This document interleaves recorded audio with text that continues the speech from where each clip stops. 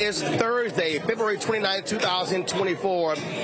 Coming up on the Roland Martin Unfiltered on the Black Star Network, we're live here at the National Cares Mentoring Gala in New York at Pier 60. We'll be talking to a number of folks here, including founder Susan Taylor, as well as Tina Knowles, Courtney Vance, and others as well. And so we'll be carrying this program live as well. On today's show, Secretary of Defense Lloyd Austin, he testifies before Congress, gets grilled by Republicans regarding his hospitalization.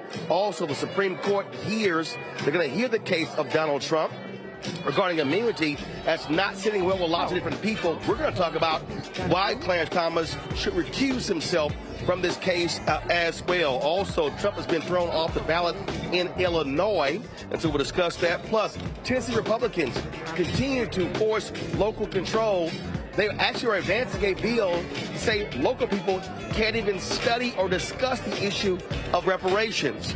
Plus, Alabama lawmakers vote to restore access to in vitro fertilization. It's been a huge problem after the Supreme Court ruled that to be unconstitutional. Folks, it's time to bring the funk of Roland Martin Unfiltered on the Black Star Network. Let's go. He's got it. Whatever the miss, he's on it. Whatever it is, he's got the scoop, the fact, the find. And when it breaks, he's right on time and it's rolling. Best believe he's knowing. Putting it down from sports to news to politics. With entertainment just for kicks, he's rolling. It's on go, roll, y'all. It's Roland Martin, yeah. Rolling with Roland now. He's funk, he's fresh, he's real, the best, you know he's Roland Martin now.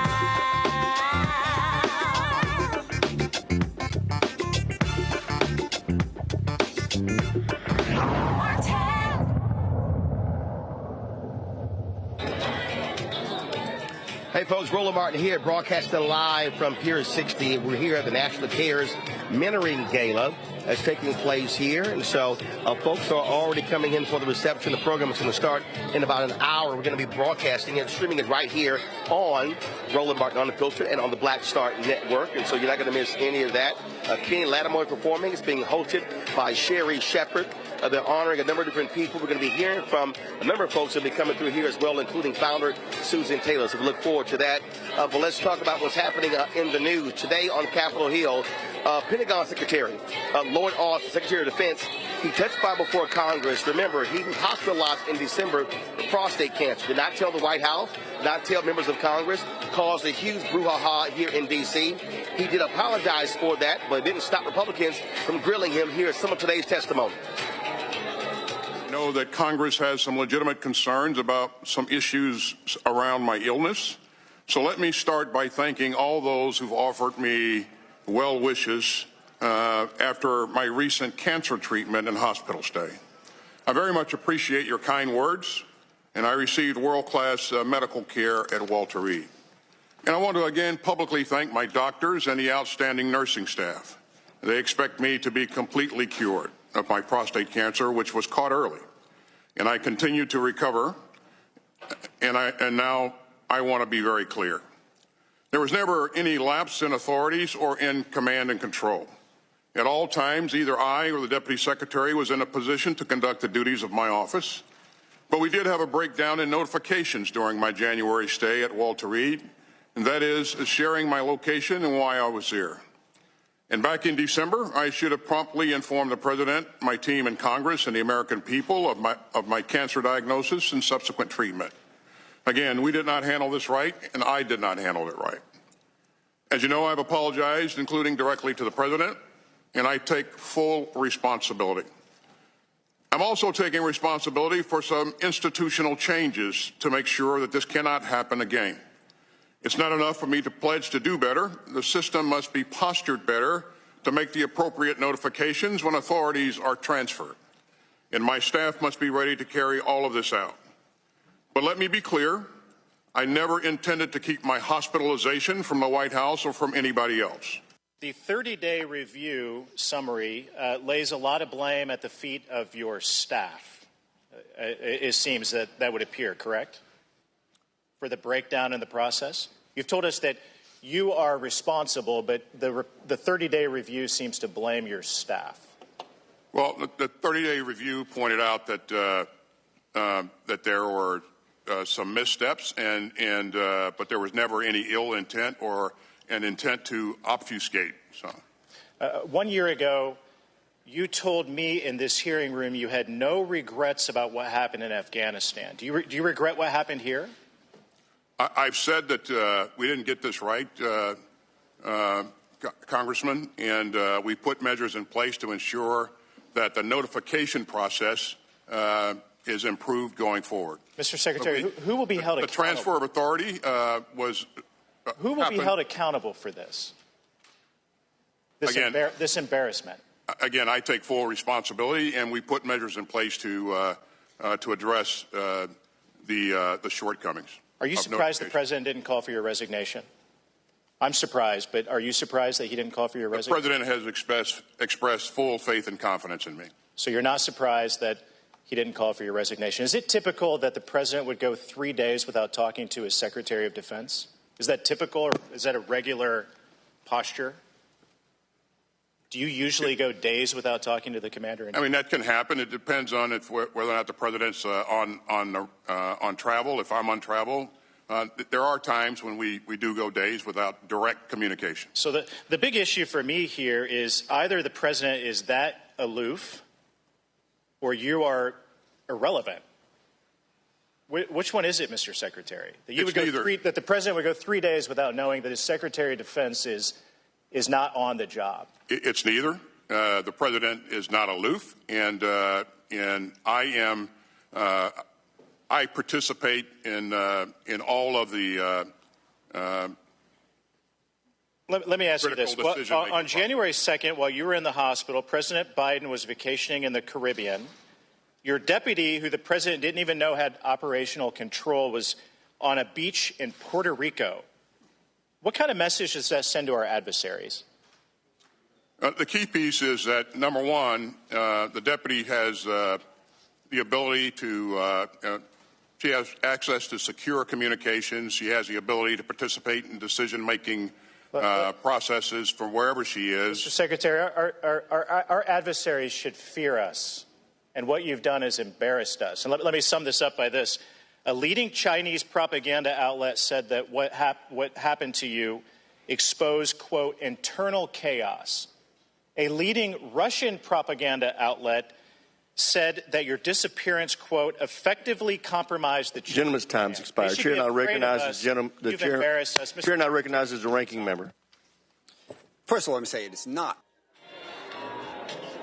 All right, folks, just introduce our panel. Reese Colbert, host of Sirius XM Radio, coming to us out of D.C. Dr. Greg Hart, Department of Afro-American Studies at Howard University out of D.C. Lauren Victoria Burke, of course, with Black Press USA out of Arlington, Virginia. Lauren, I'll start with you. Those last questions by Republicans are beyond idiotic. This notion that somehow we didn't have communication, what would our adversaries think, and why in the hell would a member of Congress be even quoting a Russian propaganda outlet and a Chinese propaganda outlet? Isn't that what they do? Propaganda?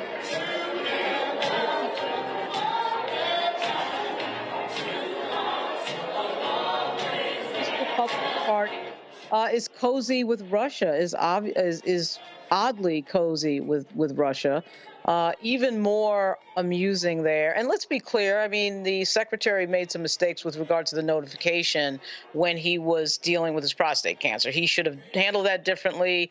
Obviously, he acknowledged that, and obviously in doing so, he did something that we rarely hear in Washington, which was a full apology, complete with the pronouncement that it was his responsibility. That you almost never hear that anymore in Washington. So at least he did that. But it was a mistake how he handled it. There was no doubt about that.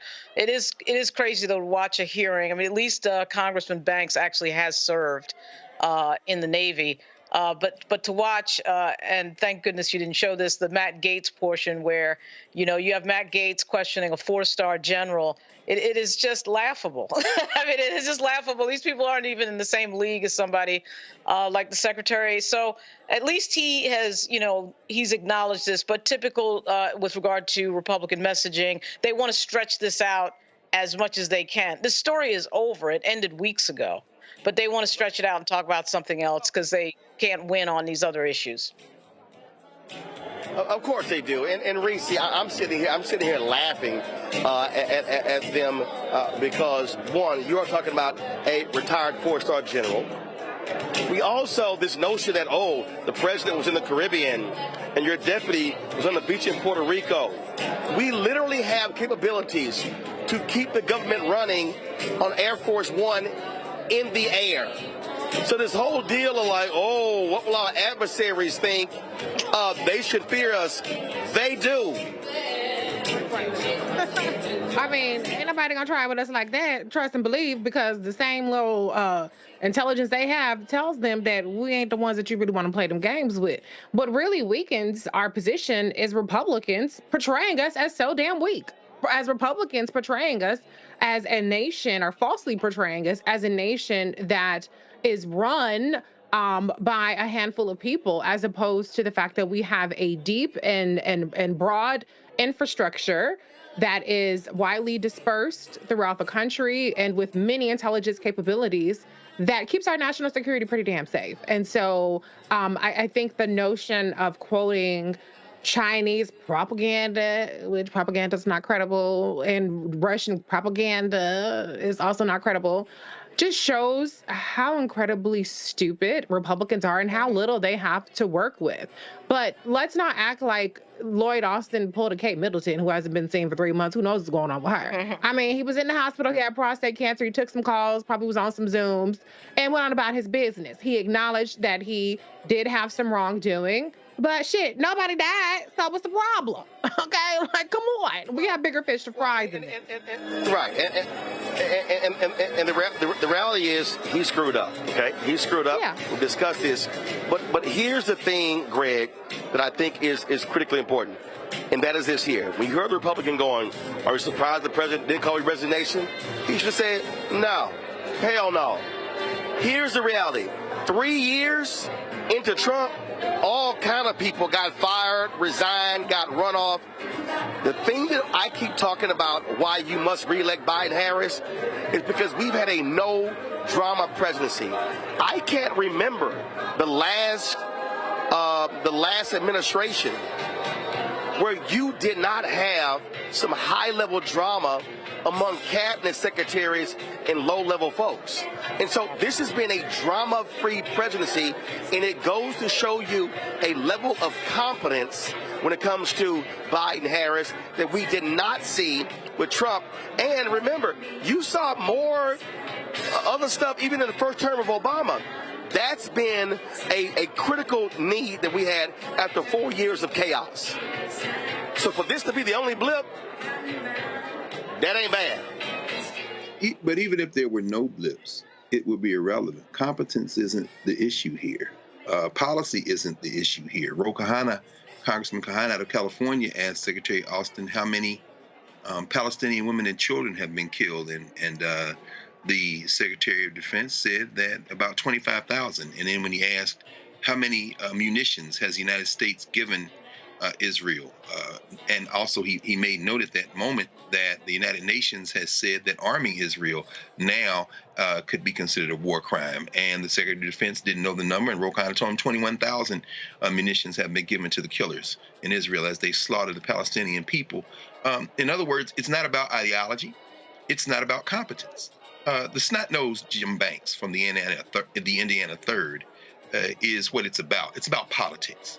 This punk white nationalist who has filed to run in the United States, the seat in Indiana, the Senate seat being vacated by Mike Brown, this punk white nationalist was one of 20 punk white nationalist congressmen in the United States Congress who signed a resolution saying that Muriel Bowser should scrape up the Black Lives Matter signature there in the street, really in front of your studio, Roland, that should be taken up because Black Lives Matter is a terrorist organization. This punk white nationalist, Jim Banks, asked Indiana University to detail the evidence of anti-Semitism on its campus when there has been no evidence of anti-Semitism. That's because this punk white nationalist, Jim Banks, is a hardcore conservative Christian who believes that the war must take place in Israel so that Jesus can come back. This is not a serious man. This is about politics. He's running for Senate. He's trying to score points. He wants to use Lloyd Austin as a punching bag to tell his punk white nationalist voters in the punk white nationalist state of Indiana that this punk white nationalist can be trusted to enact a punk white nationalist agenda in the federal legislature. It had nothing to do with competence, nothing to do with ideology. Indeed, indeed. All right, hold tight 1 second. We come back. I want to talk about the Supreme Court taking up this Trump immunity case and why it's important for Clarence Thomas to recuse himself. We know he doesn't have the guts or the credibility to actually do that. We'll discuss that. Plus, we'll be chatting with Susan Taylor and others here. The National Cares Mentoring Gala here in New York City. We're here on the red carpet. You're watching Roland Martin Unfiltered right here on the Black Star Network. Back in a moment. Check this out. Joe Biden and Kamala Harris are investing a record $7 billion into HBCUs. Billions for campus improvements, grants, and debt relief. Billions more for HBCUs. Endless possibilities for us. I'm Faraji Muhammad, live from LA. And this is The Culture. The Culture is a two-way conversation. You and me. We talk about the stories, politics, the good, the bad, and the downright ugly. So join our community every day at 3 p.m. Eastern and let your voice be heard. Hey, we're all in this together. So let's talk about it and see what kind of trouble we can get into. It's The Culture, weekdays at 3, only on the Black Star Network. When you talk about blackness and what happens in black culture, we're about covering these things that matter to us, speaking to our issues and concerns. This is a genuine people-powered movement. There's a lot of stuff that we're not getting. You get it, and you spread the word. We wish to plead our own cause. Too long have others spoken for us. We cannot tell our own story if we can't pay for it. This is about covering us. Invest in black-owned media. Your dollars matter. We don't have to keep asking them to cover our stuff. So please support us in what we do, folks. We want to hit 2,000 people, $50 this month, raise $100,000. We're behind 100,000, so we want to hit that. Y'all money makes this possible. Check some money orders. Go to P.O. Box 57196, Washington, D.C. 20037-0196. The Cash App is $RM Unfiltered. PayPal is R Martin Unfiltered. Venmo is RM Unfiltered. Zelle is Roland at RolandSMartin.com. Hey, what's up? Geek Today in the place to be. Got Kicked Out Your Mama's University, creator and executive producer of Fat Tuesdays, a air hip-hop comedy. But right now, I'm rolling with Roland Martin, unfiltered, uncut, unplugged, and undamn believable. You hear me?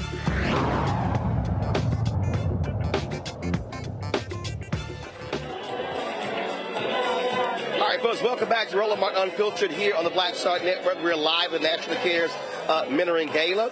Folks are walking along the red carpet. We'll be chatting with some people in a little bit later. So we continue our show.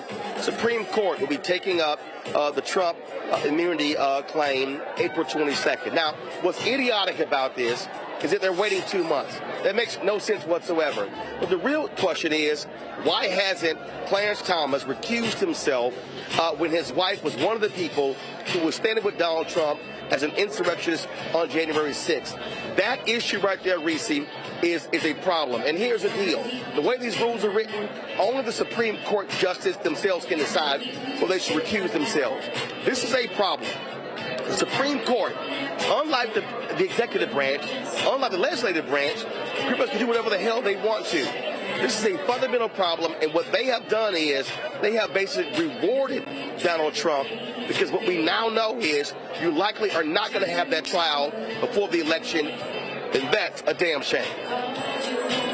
Right. Let me start off by saying, fuck the illegitimate Supreme Court. Okay, let me start there. But I have to also acknowledge that Clarence Thomas and the Republican conservative right-wing stooges that Trump put on the Supreme Court when he stole two justices, basically one from the Obama administration and one and using the same rules that disgraceful Mitch McConnell, who's stepping aside now, should not have gotten Amy Coney Barrett on there. But they understand the assignment. They're not there for the good of the country. They're not there to be nonpartisan. They're there to enact a white nationalist agenda. The reality is, in this case, Trump can run, but he can't hide. This is one case where he can have immunity in, but the fact that he's racked up so many damn charges, like a degenerate criminal that he is, there's only so much that they can do. So maybe this is their way of kind of paying their penance and trying to sit up there and show some loyalty to the person who got them on the bench. Or maybe they'll kick him in the ass and they'll say, psych, you're not exempt from this, and try to deter him from even more extreme behavior should he win in 2024. I doubt that's the thought process behind it, but I think we have to come to a point now where we acknowledge that the Supreme Court is not a legitimate institution as long as we have those Republican justices who are able to basically upend our citizenship while protecting a degenerate criminal ex-president like Donald Trump. And here's the deal, Lauren. All of these people assume that, because the D.C. Circuit made their rulings, Supreme Court would not pick this case up. But they did. This also shows the ineffectiveness and the fecklessness of Merrick Garland. He sat on his hands for a year. This should have been one of the first things that he did coming in, and that delay is where we're also here right now, and that's also part of the problem. Democrats do not understand how hard Republicans are willing to fight to hold on to power. They keep playing like there are some rules of engagement. There are no rules for the Republicans.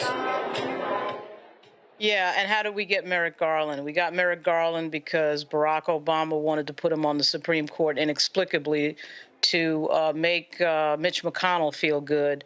And then Joe Biden puts him in the position of Attorney General to make Merrick Garland feel good when he should have picked Doug Jones or Andrew Cuomo or somebody else, or Javier Becerra. And so then Merrick Garland waits until Benny Thompson's January 6th committee, for some reason waits until after that, which of course he didn't have to wait until after that. So Merrick Garland is a complete disaster.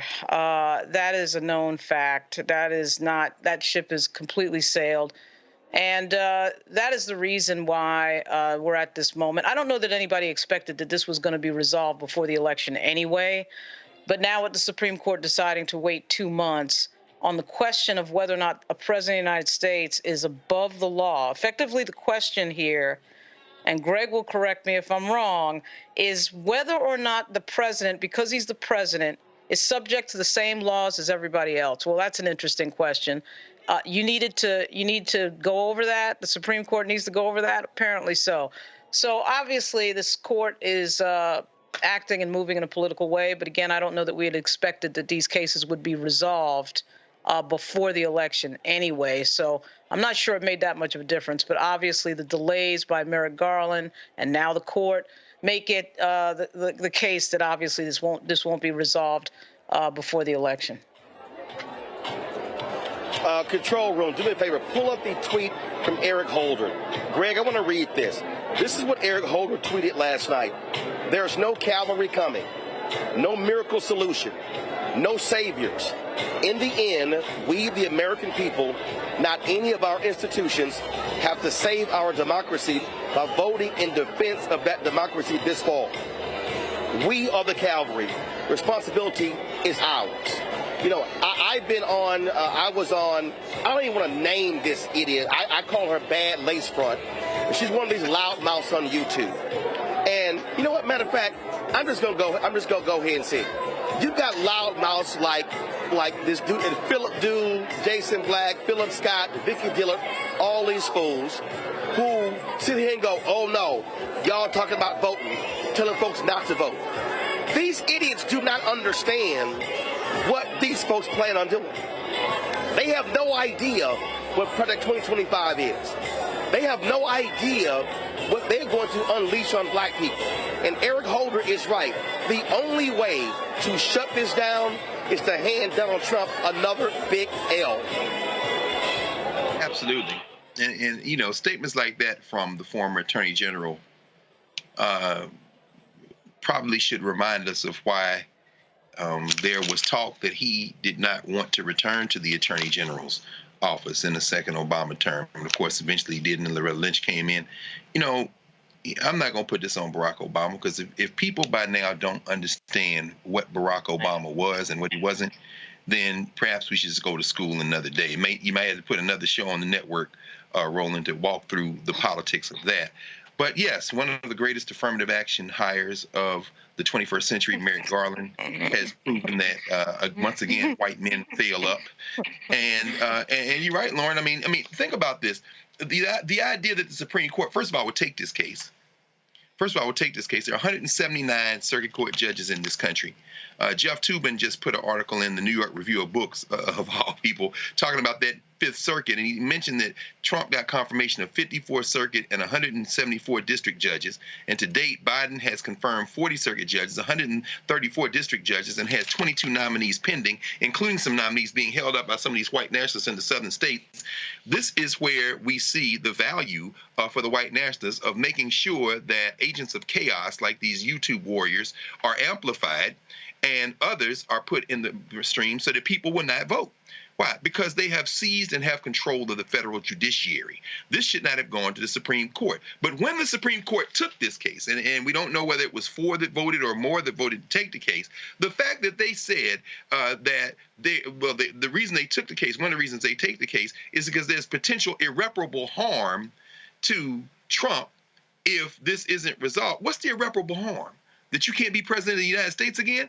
It is so nakedly political, as Reese and Lauren have said. It is so nakedly political that they should be ashamed, except as we see, there is no shame, there is no cavalry coming. And if you don't think these people aren't lining up to run a Boston, don't vote and get ready for it. But don't say, as Roland Martin always said, we didn't try to tell you. That's right. And speaking of that, Greg, today the NAACP LDF sent out a tweet specifically talking about the number of folks that have been confirmed. And let me pull this up here, because I was going to actually post it there on social media. And it's the kind of information that people need to understand. Okay, you're seeing more and more federal judges, and a significant number of them, actually, the Leadership Conference on Civil Rights. And so give me 1 second. There we go. Give me 1 second. So I want to give folks this number so they can understand what is happening around us. I think a lot of us are confused. The tweet said, the Senate just confirmed Judge Julie Sneed, making her the 3rd black woman to serve as a lifetime judge of the Middle District of Florida. POTUS has now appointed 57 black lifetime judges, including 36 black women. This matters. So, Reese, for all these Simple Simons out here who go, oh, ain't nothing happened with black people, these are federal judges for life. These are people who will have the power to do the exact same thing these MAGA judges are doing. And anybody black out there who says that federal judges do not matter, they have got to be outside of their minds. Right. I mean, look at what kind of damage the federal judiciary has been able to do, and even some of these state judiciaries have been able to do under a democratically led administration. I mean, affirmative action gone, Roe v. Wade gone, Alabama. Now, a fetus is a person. I don't know when last time you saw a fetus walking down the street. So I think that people just have a real lack of understanding of how to connect the dots and how important the judiciary is, at least on the Democratic side. Now, the Republicans have been playing this long game for generations, and they are winning unless something is done, pack the courts or some other, measures are put in place to try to reverse this, to continue to hold on to it regardless of what the federal legislature looks like in terms of the makeup of Democratic versus Republican. But can I just add on about Eric Holder's point? I think that a lot of people are talking about there's no cavalry coming and what's to come in 2025. The shit is with us right now. I don't know what's not clicking with people. If y'all looking for another storm, a Capitol Civil War type of thing, people taking up arms, you're not going to necessarily find it to that extreme. But what I do think is extreme is, like I just mentioned, what's happening in Alabama, what's happening across the country with these fetal personhood things, what's happening across the country in terms of rolling back criminal justice reform, what's happening across the country in terms of rolling back things on education, on actually stripping you of your citizenship by removing people that you have elected from those positions at the state level, Greg Abbott, Ron DeSantis, and doing all those things. And so every single Republican-led state, and there are only 17 states in this country that have a Democratic trifecta, you see what's to come even more on a national level if they get back into power. And the thing about it is, when somebody shows you who they are, believe it. And I'll say this here before I got to go to break, and that is this here. Senator Dick Durbin needs to get off his behind and stop letting this blue sip stuff happen. Democrats may not control the Senate in January or the presidency. They better be confirming every judge they can right now. Going to a break, we come back. We'll be live from the National Cares Mentoring Gala red carpet. Got some folks I'll be chatting with, including Ken Lattimore. You're watching Roland Martin Unfiltered on the Black Star Network. Back in a moment.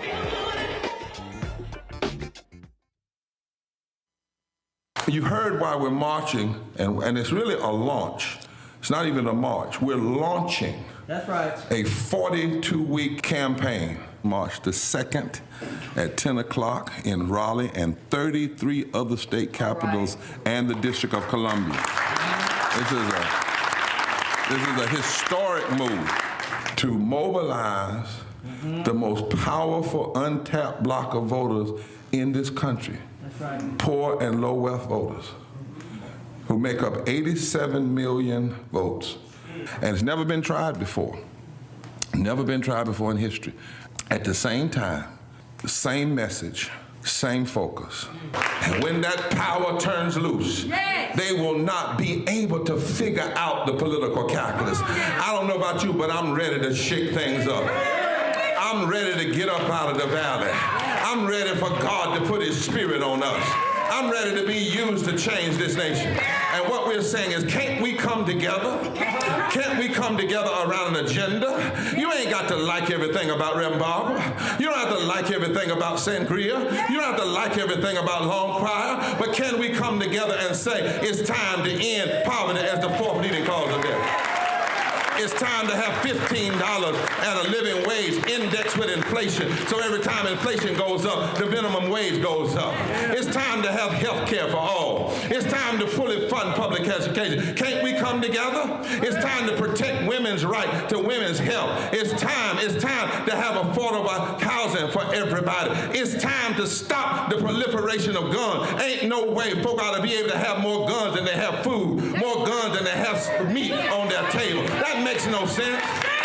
Isn't it time for division to be ended and love to take over? Can't we organize around that? Look at your neighbor and say, neighbor, I don't need to like everything about you, but can't we organize for power?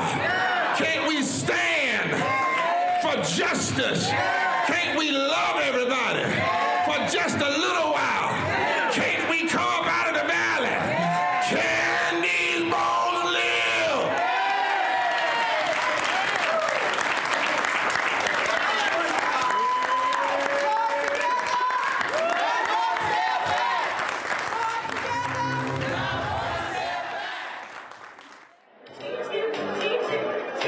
All right, folks, we're here at the National Cares Mentoring Gala in New York City, and so I'm going to sit here and chat with a couple of people.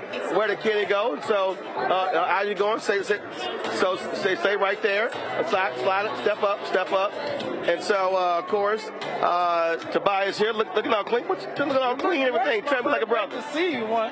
Great to say I ain't seen you in a minute. What you say? I said, look at how clean the brown. I see you. Very, absolutely. That's something I might have to come over to the home and borrow from you, man. Well, I got a couple outfits. Yeah, absolutely. I'll pay attention to Obviously, folks are here to support National Cares Mentoring Gala, and they've done phenomenal work really on providing mentors to a lot of people all across the country since its inception. Yeah, absolutely. I mean, the children are our future. what will happen if we don't feed them correctly, if we don't feed their mind, their body, their spirit correctly. So, you know, I'm very, very, very pleased to be here. Pleased to see you. Jessica K. Moore, well, her fabulous self is here looking gorgeous. I'm honored to be here for, I think, the 7th year in a row, maybe. I've been doing the Gala for many years, and it means a lot to me because, like Susan would say, we have to go get our babies because nobody else cares about them the way we do. Absolutely. So that's why I'm here. All right, glad to see both of you. I appreciate it. All right, thanks a bunch. Here we go. Step on in, Mr. Clean. How you doing, baby? You all good? Good to see you, my brother. Yes, sir. Yes, sir. Yes, sir. So what's happening? Man, I am so excited about being here. This is such a organization that's just dear to my heart. Mentoring has been dear to my heart, and to think that this CARES organization has brought together so many resources for us to just grow and be better and stronger at what we give to our kids and probably each other in our community. So I'm excited to be here. For you growing up, who were your mentors? Wow. See, I had a great bonus dad because my parents divorced when I was 2. And my dad is a great part of my life, too. I want to make sure that's clear. But I had a bonus dad, too, who taught me a lot of things about life. There's a guy named Frank Wilson, who's a pastor, who, as a grown man, I needed, you know, a lot of times we think it's just about kids, but I needed mentors all through my entire life, and I still have mentors to this day. But Frank Wilson was a great pastor. We know his daughters. Well, you guys that are listening may know his daughters because one of his daughters is Fawn Weaver, who's Uncle Nearest, and he has 5 amazing daughters, and he has a son as well, and still found the time to pour in my life. I mean, he was one that would just pick up and say, "Let's go fishing," and it was out there on the lake fishing that you got your best life lessons. He walked me through my divorce. I mean, just being real. So you all know that was about 10 years ago in my life.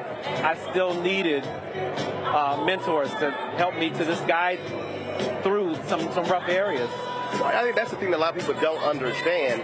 So when we talk about mentors, it's not a question of just if you were a child. The reality is there are people who you can bounce things off of. People, and they're not necessarily in your sphere of influence, in the area that you're in. Absolutely. And so that's the other thing. That can give you different perspectives on life. So this is so important. And if there's anything that I see this originally happening at this organization, and that is equipping people so that we're able to deal with different traumas and things that folks have gone through. Because a lot of times we think we know. I don't know, we think we know other people's experiences. But to have people help to train and make that mentorship even stronger, I think it's going to be a big important part of this organization. All right. We're looking forward to you singing tonight, brother. Thank you. I got a lot of love. A lot of love to sing about. So. All right. We appreciate it. Thanks a bunch. Thank you. All right, y'all. Appreciate it. Thanks a bunch. Y'all, Kenny Lattimore there. So in a second, we're going to chat with Sherry Shepard, of course, with her wonderful daytime talk show, where she's been killing the game.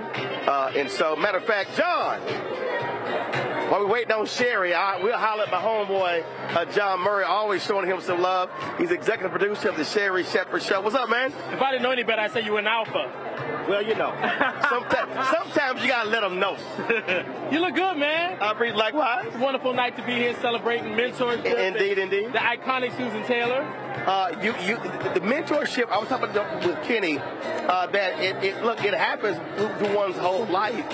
And even in the job that you have, there were people who played critical roles who were mentoring you to accept this responsibility. Yeah, there were 4 people. The late Heather Gray, who was the showrunner at The Talk. Twitch, who was an executive producer at Ellen. The late, great Bill Getty, who I met through Sherry Shepard at The View. Him and Barbara Walters started The View. I'm tongue-tied tonight. And Kat McKenzie, who is the executive producer of GMA3. I worked on that show. It was my first gig in 2021 when the world was opening back up after the pandemic. And when I went on this journey with Sherry, I needed to talk to people who were working in the space, and they all helped me very much, man. And what people don't understand is there are also folks who are in your space who you bounce up. And if people don't understand the conversations that we have, because everything ain't always rosy in this business. No, it's not. And I have to say, you've been a great mentor to me, man. You're somebody, not just me, but black men and women in this business call for advice, direction, perspective. You've kept a lot of us from jumping off the ledge and saving ourselves when we were about to be in trouble. And so I appreciate you for the role that you play, because adults need mentors too, man. Absolutely. Absolutely. Baby, it's always good to see you. I'm about to chat with your girl in a second. Y'all been killing it with the show. Man, the ratings are good. The demo is excellent. The folks are watching, and we're having a good time. All right, John, I appreciate it. All right, then. So that's John Murray, executive producer of the Sherri Shepherd Show. We're about to grab Sherri in just a second. She's sitting here taking some photos right now. We got other people who are coming down. I saw recorded by our Courtney Vance for a second, so we'll have to grab him. What's going on, baby? What's happening? Did you and Kenny Lattimore exchange emails with the color scheme? Okay, and Courtney Vance. He is on blue as well. I don't know what is going on, but we are the blue family. Absolutely. Y'all let everybody else know. I know. I'm loving this. What's going on? Nothing. I'm very excited to be here. I'm just like, Susan Taylor called me, and I just couldn't say anything but yes, especially when she told me the mission for the love of our children. So I was like, you know what, our kids are not being protected. Our little brown girls and our brown boys, they're not being protected, and it is up to us. If they can't look to us to protect them and help them get out of the trauma and this generational curse of poverty and self-esteem, low self-esteem, who are they going to look to? Now, you know that's how that call went. The call went, Sherri, February 29th, yes. 7 p.m. February 29th, 7 p.m. You said, and you were like, yes. That's all Susan said. That's all, you know when Susan Taylor calls you? I mean, first of all, I've been reading Essence for I don't know how long. When Susan Taylor calls and says, hello, this is Susan Taylor, you drop the phone and you go, oh, yeah, whatever you want. Absolutely. First of all, show's going great. Thank you, Roland. I'm trying really hard. I'm pretty serious about the art of funny.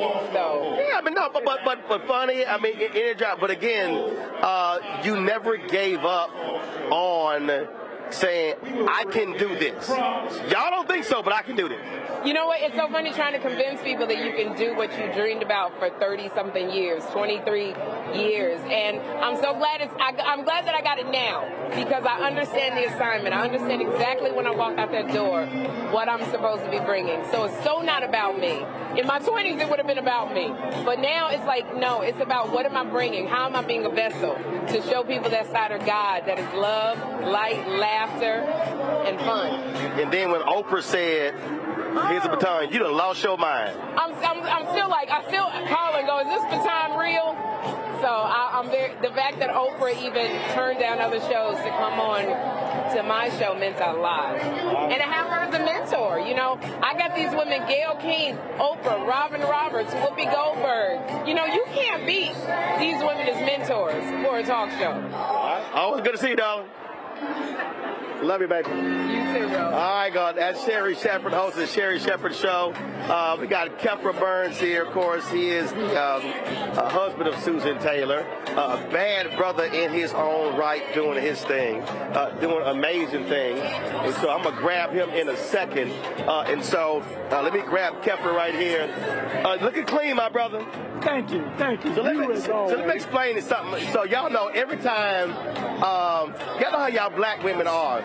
So y'all see a good-looking brother, y'all tell the wife, oh, baby, you're doing a great job. And when you see a good-looking wife, the husband don't get no credit. I always give Kefra credit for Susan looking 50 years old, even though she's 75. So I always give it to you. That's all. No. You got something to do with that, too. I try to take care of her. You know what the community would do to me? No, damn that. I'm going to get it. If sisters always trying to get a woman credit, I'm going to get a husband some credit. Give me a little bit. I'm going to give you a little bit. You know, the one to keep the beat. Yes, That's sir. Right. Man, you've been on this ride with Susan. What has it been like to see go from idea to this? This started out, we were on vacation someplace trying to figure out what are we going to do. This was after Hurricane Katrina. Yep. And we were on the beach trying to figure out what can we do, you know, and we had the Essence Music Festival. We said we can't go back to New Orleans anyway. We're going to go to Houston, right? But we can't just go back to the Essence Music Festival and have a party. We got to do something else. We got to call out to the community. We got to do something about, you know, to help our folk, not only in Katrina, Katrina, but especially our children. So what are we going to do? We're going to call the brothers together. I don't know if you were there for that. No, I was there. Yeah, that's right. The brothers got together, pledged that we were going to do something. Nothing happened. And so we were on the beach saying, what are we going to do? Susan said, we got to mentor. You know, we got to call the community together to put their hands on the shoulders of vulnerable black kids and everybody make a commitment. That's the only way this is going to happen. You know, we didn't come up and get where we are by ourselves. All of us had mentors. You know what I mean? Elsewise, I wouldn't be here at all. You know, I wouldn't be here. So that's how it started on the beach. They had blackberries back then. Blackberry. Susan had muscles right here in her thumbs, you know, from working on her blackberry, right? She put most of CARES together on her blackberry. Wow. Yeah. She's amazing. Well, it is amazing. It's great to be here. So we look forward to this gala. Always good to see you, my brother. Yeah, good to see you. Yes, always. sir. Yeah. All right, then. I'll see you a little bit later. Kepler Burns, y'all. That's my man. Thank you. All right, y'all. I'm looking down this. Appreciate it, baby. Go right ahead. I'm looking down this carpet. So I'm going to do this here. I'm going to go to a break. I'm going to come back. Hopefully, I'm going to grab Susan, and then I'm going to try to grab Courtney Vance as well. You're watching Roland Martin Unfiltered right here on the Black Star Network. Check this out. Joe Biden and Kamala Harris are investing a record $7 billion into HBCUs. Billions for campus improvements, grants, and debt relief. Billions more for HBCUs. Endless possibilities for us. For the last 15 or maybe 16 years, 18 years, I'll say, since when I moved to LA, I hadn't had a break. I hadn't had a vacation, probably a week vacation here or there. Right. This year, after I got finished doing Queen Sugar and we wrapped it out, because I knew I had 2 TV shows coming on at the same time, I said, I'm going to take a little break. So I've been on break for the first time, and I can afford it now. Praise God. You know what I'm saying? Right. So I can afford it. I'm like, I can sit back and ain't got nothing to worry about, man. But this was the first time in almost in 2 decades that I've actually had time to sit back and smell the roses.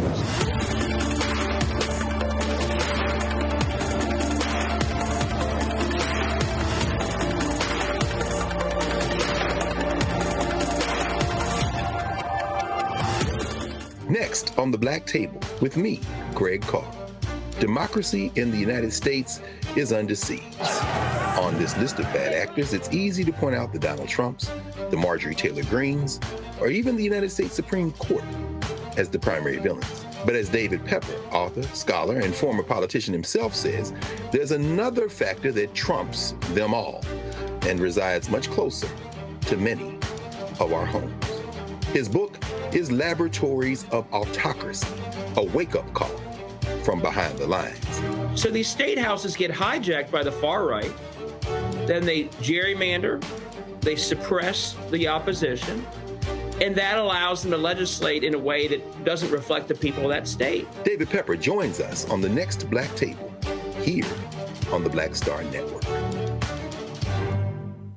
I'm Dee Barnes, and on the next frequency, Professor Janelle Hobson joins us to talk about hip-hop and its intersection with feminism and racial equality, plus her enlightening work with Ms. Magazine and how the great Harriet Tubman connects with women in hip-hop. So it was not hard for me to go from Harriet Tubman to hip-hop, honestly, because it is a legacy of Black women's resistance and Black women supporting our communities. That's what Harriet Tubman did. That's on the frequency on the Black Star Network. Hello, we're the Critter Fixers. I'm Dr. Bernard Hodges. And I'm Dr. Terrence Ferguson. And you're tuned in to Roland Martin Unfiltered.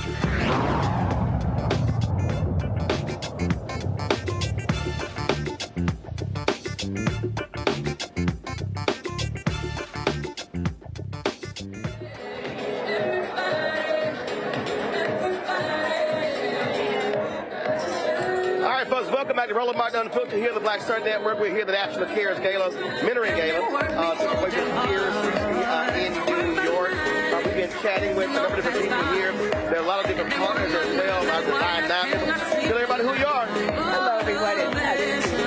This is Dr. Stacey Grant, International President, CEO of State Fundraising Sorority Incorporated. One of the new partners with CARES, but an old affiliate leader from York, working with Susan Taylor for years with this very important work with National Cares, and we're just excited as an organization to join other members of D9 as we find the mentors and deploy them to our children who need us now more than ever. For the love. All right, at this time, have y'all been tracking folks that come through, checking on them to see how they're doing?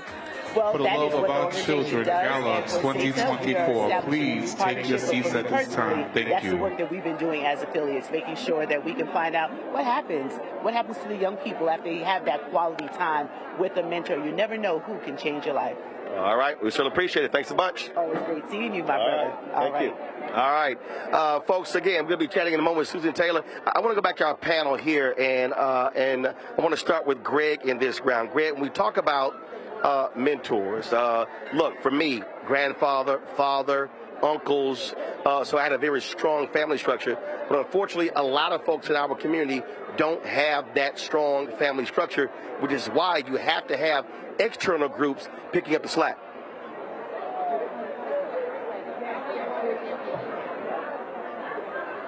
Everybody's birthday is only once every 4 years on this leap day. But I spent much of the day at Paul Laurence Dunbar High School here in D.C. Of course, we know the historic Dunbar, at one time the only place in the country where black children could go to high school and prepare to go to college. And we were talking about this very thing. Mentors, the Greek word, or jegnas, to use one of the words that Amharic, Ethiopian. And what we talked with these young people about was the fact that regardless of if you have someone in your house or in your community or not, when you find elders, when you find others who are willing to share with their experiences, you should drink it up. You should listen to them. You should interact with them. You should build your network. And so there's nothing like what happens in our community when adults, when people invested in the future of our people, look at young people and say, I'm not going to talk to you. I'm going to talk with you. I'm not going to walk in front of you and lead you. I'm going to walk side by side with you. That form of courage and investment and expectation is really the only way we can move forward, because as the ancient Egyptians would say, when you are dealing with a young person, you're really training your replacement. So that's what we're doing. We're training our replacement to be engaged in the work that you're covering. Joining us right now is the founder of National Cares, Susan Taylor. What's happening? Hello, Roland Martin. Look at you, looking like the king. You are. I'm the judge here chilling. The king you are. Thank you for tonight. We're so excited to be here for our children, to be in this gorgeous spot and with your gorgeous self and, Black America, gathering with our allies to do the good work. National Cares Mentoring Movement for the love of our children, Gala. So I was talking to Kefra, and he said this thing started, y'all were on the beach like, what we gonna do? And he said you basically almost rubbed your thumbs off on a BlackBerry with this idea. It's so true. I miss my BlackBerry, but that's another story. Because, Katrina just devastated New Orleans, the home of the Essence Music Festival. And I said, we can't go back and do what we've done. We have to deepen our commitment. We have to do something to protect our children. And just in being still and listening in, Holy Spirit said mentoring.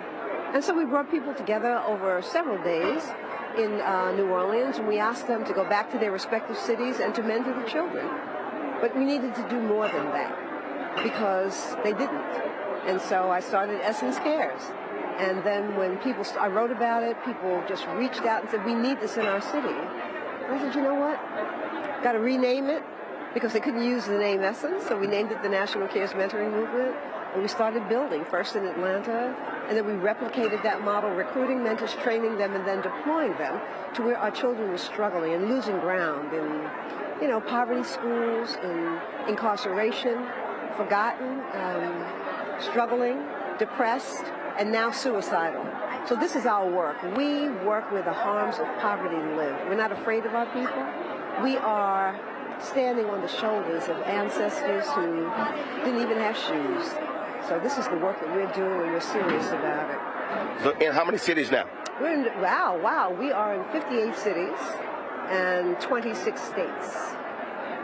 And are you surprised that how quickly it developed, because that's not always easy. You know something, Roland? I want to be wherever the children are struggling. What surprises me is that we have to work so hard to get people to care. You know, I mean, we are living in social media. We know everything about celebrities, but we don't know enough about our own history, culture, what our people withstood for our arrival, and what our responsibilities are today. That's what I want. I want black people to get along with one another, to agree, and to learn how to link arms and aims in peace and build together. That's the vision, you know. All right. Well, look, program's about to start, and so you got to go. There's going to be a dinner break in about 20 minutes, so we're going to come back here, so y'all don't go anywhere. So got to let you go to get this thing started. Okay. And so always good to see you, and always glad to be here. Have you spoken to this wonderful woman over there, Dr. Janine Downey? I have not, but again, after we went for the dinner break, I can do that. You can do that. Okay, you got to know a dermatologist par excellence. All right. Appreciate it. Thank you. Good to see you. Okay. Folks, we're going to do this here. Actually, we'll do this here. Let me go to Laura. Lauren, I asked the same question to Greg when we talked about how critically important mentors are for you. Who was it? Actually, Cokie Roberts, interestingly enough. Cokie Roberts was really my first big journalism job, which was at ABC News.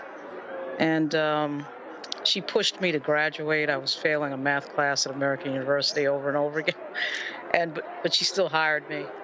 And she taught me the business of broadcast journalism, and it was unbelievable. She made sure I went on the trips of all the trips that all the correspondents got to go on. She made sure I was always positioned to meet all the people that I needed to meet to excel, and she was fantastic, unbelievable person. All right, hold tight once. So here's what we're going to do. We're going to switch the audio to the room. We're going to pick up the program, and we're going to go to a break. We're going to come back to the program, and then I'll check back in with our panel in about 20 minutes, folks. So don't go anywhere. We're not stopping the live stream. We're just going into the room for the beginning of the program. You're watching Roland Martin Unfiltered on the Black Star Network. You heard why we're marching, and it's really a launch. It's not even a march. We're launching. That's right. A 42-week campaign. March the 2nd at 10 o'clock in Raleigh and 33 other state capitals and the District of Columbia.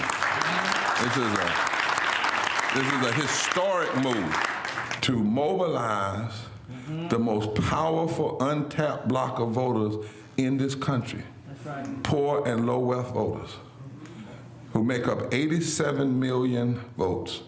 And it's never been tried before. Never been tried before in history. At the same time, same message, same focus. And when that power turns loose, they will not be able to figure out the political calculus. I don't know about you, but I'm ready to shake things up. I'm ready to get up out of the valley. I'm ready for God to put his spirit on us. I'm ready to be used to change this nation. And what we're saying is, can't we come together? Can't we come together around an agenda? You ain't got to like everything about Rembaba. You don't have to like everything about Sangria. You don't have to like everything about Long Choir. But can we come together and say, it's time to end poverty as the fourth leading cause of death? It's time to have $15 and a living wage indexed with inflation. So every time inflation goes up, the minimum wage goes up. It's time to have health care for all. It's time to fully fund public education. Can't we come together? It's time to protect women's right to women's health. It's time to have affordable housing for everybody. It's time to stop the proliferation of guns. Ain't no way folk ought to be able to have more guns than they have food, more guns than they have meat on their table. That makes no sense. Isn't it time for division to be ended and love to take over? Can't we organize around that? Look at your neighbor and say, neighbor, I don't need to like everything about you, but can't we organize for power?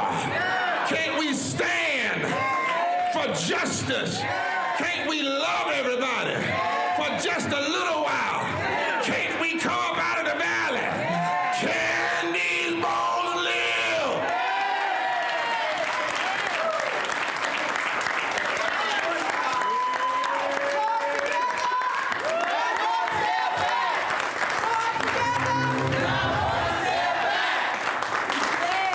What's up, y'all? I'm Devon Franklin. It is always a pleasure to be in the house. You are watching Roland Martin Unfiltered. Stay right here.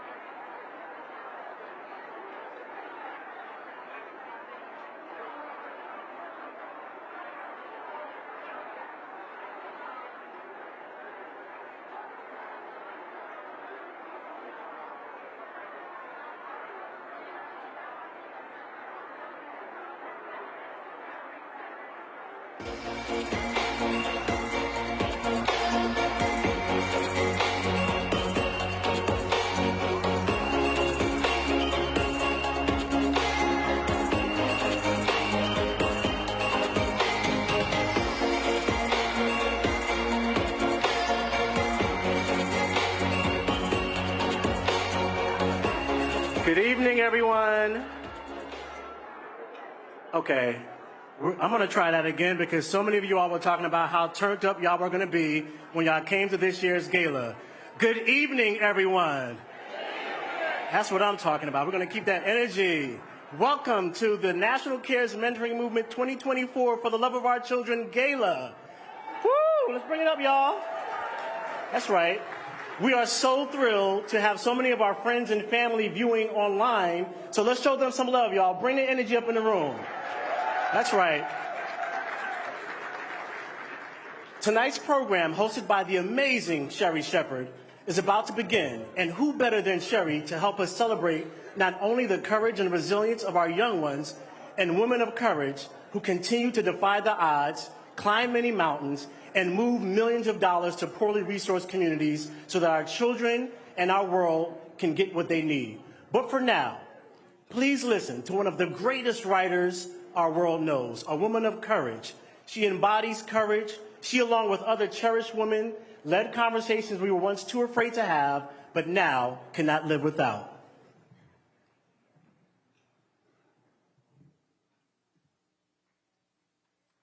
I was inspired to write the pledge to our youth, really by Miss Susan Taylor of Essence Magazine.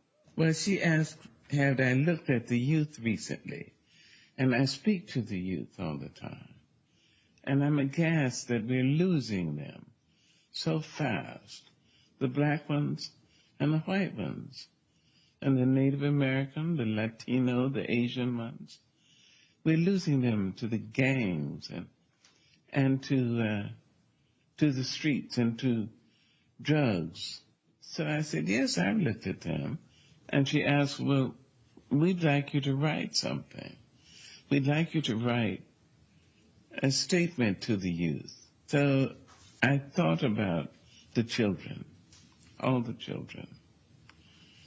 And I sat down and wrote this one little piece. It says some of what I mean to say.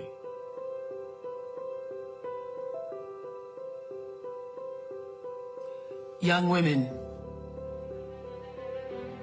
young men of color, we add our voices to the voices of your ancestors who speak to you over ancient seas and across impossible mountaintops. Come up from the gloom of national neglect. You have already been paid for. Come out of the shadow of irrational prejudice. You owe no racial debt to history. The blood of our bodies and the prayers of our souls have bought you a future free from shame and bright beyond the telling of it. You are the best we have. You are all we have. You are what we have become.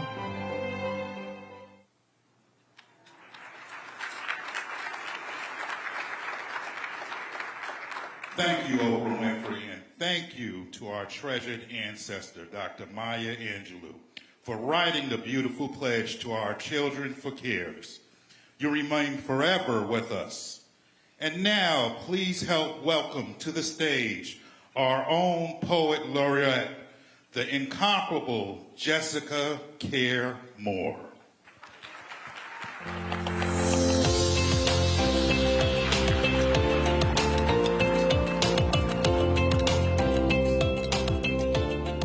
Hey family, how y'all doing? Y'all pretty? Sending greetings and love from the Black City of Detroit. Happy to be in the house. Thank you, Susan Taylor, for trusting me for many years in a row to write something to celebrate everyone that's in this room. And this year, I'm very honored to be celebrating the greatest of all time. That would be the Black woman. The original GOAT. A 15-year-old girl, September 4th, 1957. Head full of curls, wore a perfectly starched white and black dress. She wasn't planning to walk alone that day. Pushing past screams of hatred and threats against her life, Elizabeth Ann Eckert, face covered in dark glasses, still continued, walking the longest block of her life. The first black student to integrate a segregated American high school in Little Rock, Arkansas. Perhaps inside Eckert's chest was Harriet Tubman's heart, passing down Southern recipes for survival, delivering directions to freedom. It's in the handshake. It's in the heartbreaks. It's in the eye roll. It's in the round of our hips. It's in the girl code. It's in the truth-telling. It's in our creative consciousness. It's in the undertow. Or maybe it was the race that gave flamboyant wings to Flojo and lives on through the bravery and speed of Sha'Carri Richardson. A speed that propelled a Jamaican girl in a rural township into off-track perfection. Women casting intentional spells of resilience, reimagining possibility for our daughters, showing up in the presence and power of God, unbroken. It is the only way to explain the existence of the locomotive energy of Dr. Trisha Bailey. Or maybe it is the courage of a girl named Grace, a Guyanese stream that never forgot her source. Girls allow full access to their imagination are unstoppable. It's in the intention. It's in the refusal to code switch, to wear our twisted locks, paint our nails a deep ruby red, press our hair with a Madam C.J. Walker hot comb, build empires and sons that love their mothers. It's in the refusal to allow them to disappear us.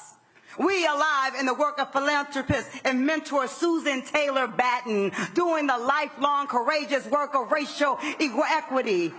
We are a Sheila Johnson empire striking black, a Susan Taylor pantheon of publishing, the essence of finding strength at all costs. We a shared community compass directing us back to ourselves when lost. Under a soprano sky, we find the power of self-preservation with every breath, every syllable from Sonia Sanchez. Sometimes it just takes one Detroit woman to refuse to sit at the back of the bus. It is the truth of Sojourner on the early battlefield for women's rights, an entryway, a passing through for all of us who find a way balancing motherhood and activism with the revolutionary spirit of Ida B. Wells. Glass ceiling still breaking in 2024 as Kimberly Dowdell, my sister, becomes the first black woman president of the American Institute of Architects. While Ketanji Brown Jackson reigns supreme, a Willie Mae Thornton blues, the gift, craft, and majesty reflected in the eyes of Cicely Tyson, the activism of Lena Horne, an Alice Walker poem in the purple palm of our hands, a Nina Simone note dragged and held captive on the bottom of a nightmare ship. We exist in Serena's right wrist, and the funk rock leg kick of Betty Davis. We are seers, regal, radical, beautiful before your timelessness beauties, found in the visionary filmmaking origin eye of Ava and hip-hop archivist Sarita Gates. When you dream, you don't wait. You celebrate the queen and the light.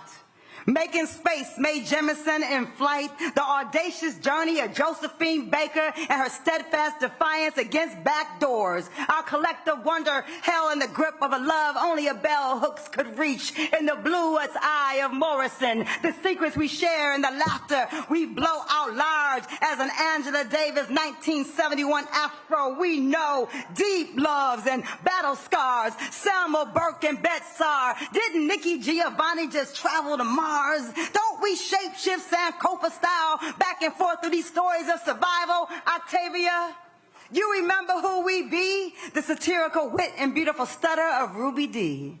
The reason why Entezaki wrote for Color Girls and Misty Copeland's body forever changed ballet. It's the way we move. We are the message. We are the message. The message is braided into cornrows. It's in the meals with no recipes.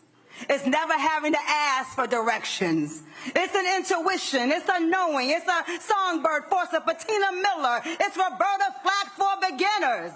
It's our stillness. It's in our walk. It's in our laughter. Our Gwendolyn Brooks cool. Our fierce Samara joy. We sculpted in the delicate brown, red, Alabama red poem, deep dark blue ocean, black clay of Catlett and Vinnie Bagwell.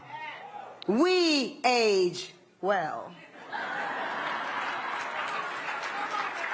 Through whispers and handfuls of prayers, we are the necessary fire in the belly that birthed American rock and roll.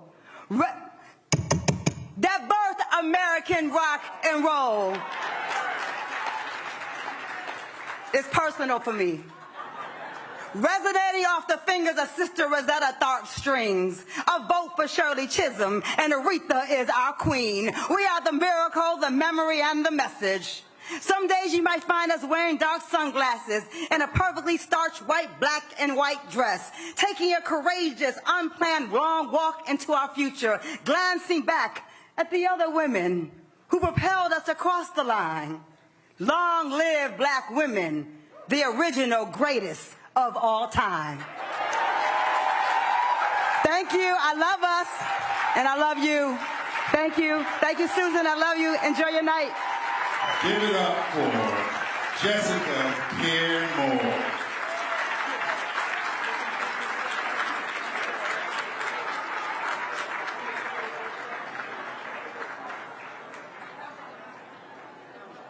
And now, please welcome National Care's Board Chairman, Reginald Van Lee.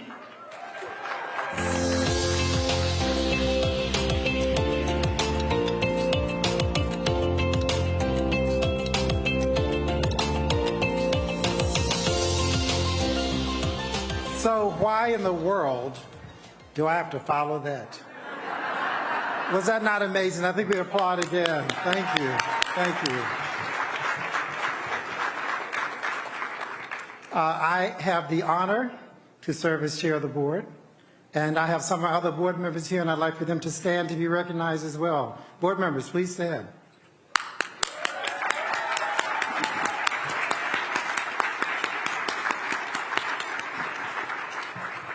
So one might ask, why do we do this? Why do we and the other board members do this? And I would steal from our founder and spiritual leader, Susan Taylor, who once said, hands that serve are holier than lips that pray. Let me say that again. Hands that serve are holier than lips that pray.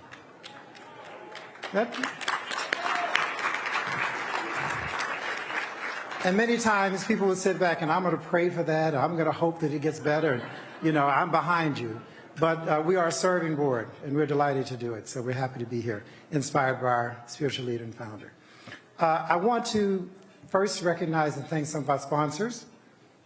Our premier sponsor, the Oprah Winfrey Charitable Foundation, and the Hope and Robert F. Smith family.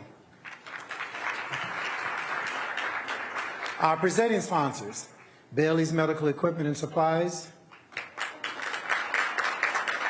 the KC Family Programs, FedEx, who gets a lot of money from me. That's not because I'm always late in deliverables. I just like FedEx anyway. The Grace Global Capital, and the Coca-Cola Company. Our gold sponsors, AARP,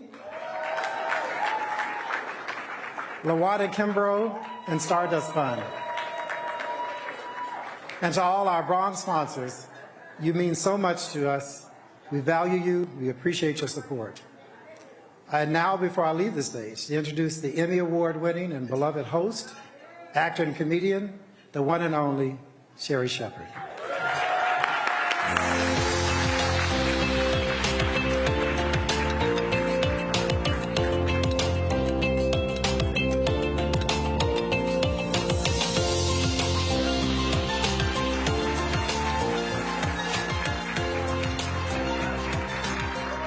Thank you, Reggie. Thank you, Jessica. Hey, family. Hey. Oh, my goodness. I'm so excited to be here tonight. And ladies, y'all look so beautiful. Give yourselves a hand. You look so good. Y'all know you're going to have to loosen up that waist trainer when the food comes. I don't know if you like me. I got on a waist trainer, saran wrap, and a girdle. Oh, my goodness. When I tell you, I am so excited to be here, and I want to thank Susan Taylor, who called me and asked me to host for the evening. I don't know what Susan is, but I want to thank Susan because when Susan Taylor calls you to host, first of all, you drop the phone because you're like, I can't believe I'm talking to Susan Taylor. And then the next answer out of your mouth is whatever you need, yes. But I personally want to thank Susan Taylor because you were the editor-in-chief of Essence magazine, and that was a magazine I read faithfully. Every month, that was my magazine. And Susan Taylor, I want to say you oversaw the most beautiful articles. And from the articles that you put out in Essence magazine, I learned how to be a confident Black woman. Thank you.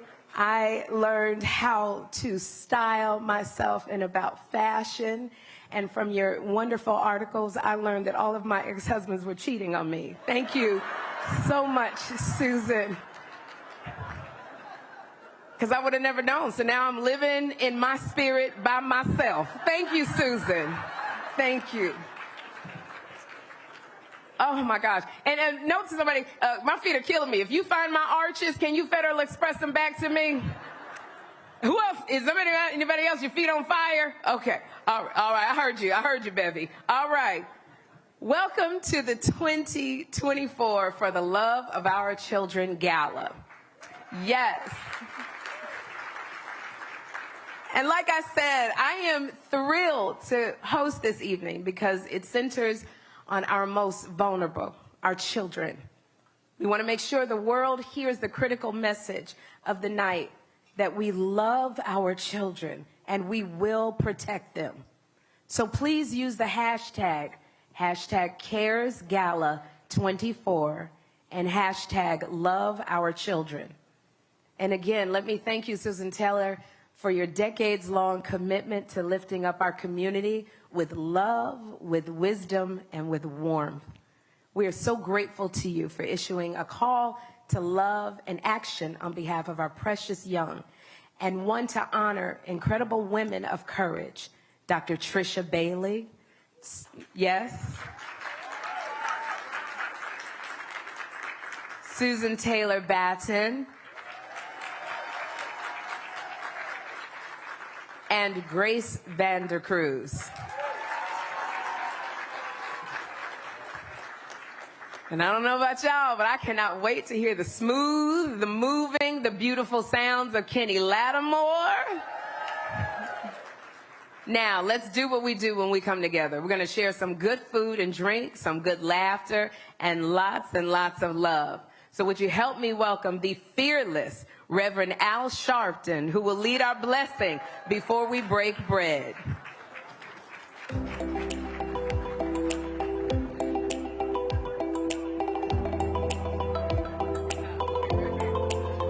Good evening, good evening. Certainly we are blessed to be here and blessed to have the most spiritual person that I've met in my life, Susan Taylor, bringing us together every year. I'm going to pray they kept Sherry on stage to yank my coat. I'm not supposed to be making a speech. I'm supposed to be praying. Let us pray. Dear God, God of our weary years, God of our silent tears, we gather to thank you first for life. We thank you because we know throughout the annals of history you never made a mistake. And we know that we're not mistakes. And every once in a while you'll send a Susan Taylor by to teach us that we, no matter what our circumstance and our background, we were created to do something perfect and in your order. We thank you because you've given us mentors. And if we would follow the mentors, we would find our paths to being the essence of who we're supposed to be. So bless us tonight as we have fun to see the depths of who we should and could be, and then pass that on to our children, who Susan and Kepper have given their lives to develop, because some had to develop us. I thank you for the strong black women, a black woman that raised me, a single mother, but didn't bring me with a single concept of myself, but taught me to be whoever I could be. You even chose to bring your son in the world through a dark Nazarene woman who stood by him all the way to the cross. And as we bear the cross of these times, we know the only ones that will help bear that cross is strong, conscious, spiritual black women. So we thank you as we partake of food and beverage tonight, that we also partake of the spirit of you in us that emanates in this great endeavor. These blessings we ask in your name and for thy sake. Amen.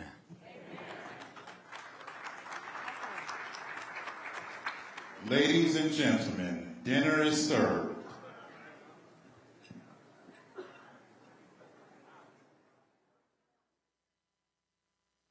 Hatred on the streets, a horrific scene, a white nationalist rally that descended into deadly violence. White people are losing their damn minds. As an angry pro-Trump mob storms the U.S. Capitol, we've seen shooting. We're about to see the rise of what I call white minority resistance. We have seen white folks in this country who simply cannot tolerate black folks voting. I think what we're seeing is the inevitable result of violent denial. This is part of American history. Every time that people of color have made progress, whether real or symbolic, there has been what Carol Anderson at Emory University calls white rage as a backlash. This is the rise of the Proud Boys and the Boogaloo Boys. America, there's going to be more of this. Here's all the Proud Boys, guys. This country is getting increasingly racist in its behaviors and its attitudes because of the fear of white people. The fear that they're taking our jobs, they're taking our resources, they're taking our women. This is white fear.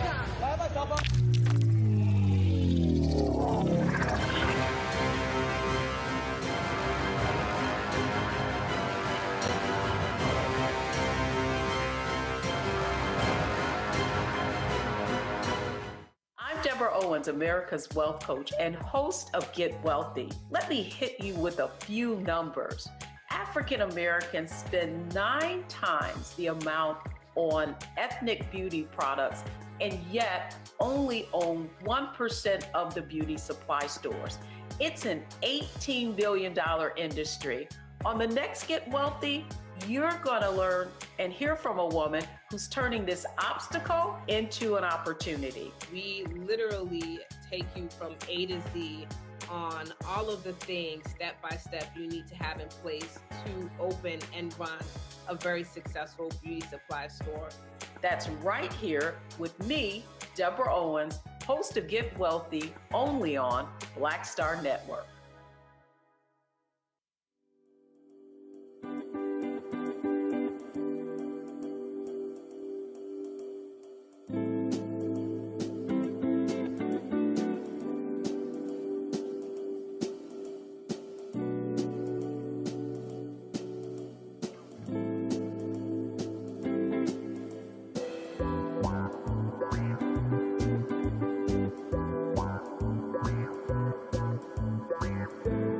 Hello, I'm Paula J. Parker, truly proud on the Proud Family. I am Tommy Davidson. I play Oscar on Proud Family, Louder and Proud. Hi, I'm Jo Marie Payton, voice of Sugar Mama on Disney's Louder and Prouder, Disney Plus. And I'm with Roland Martin on Unfiltered.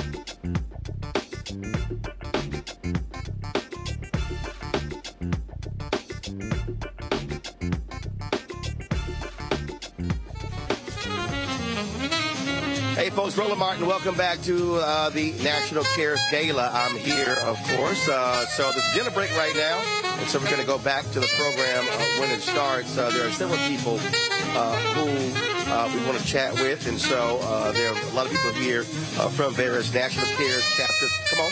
National Care chapters all across the country, and also some people being on. First of all, how you doing? What's your name?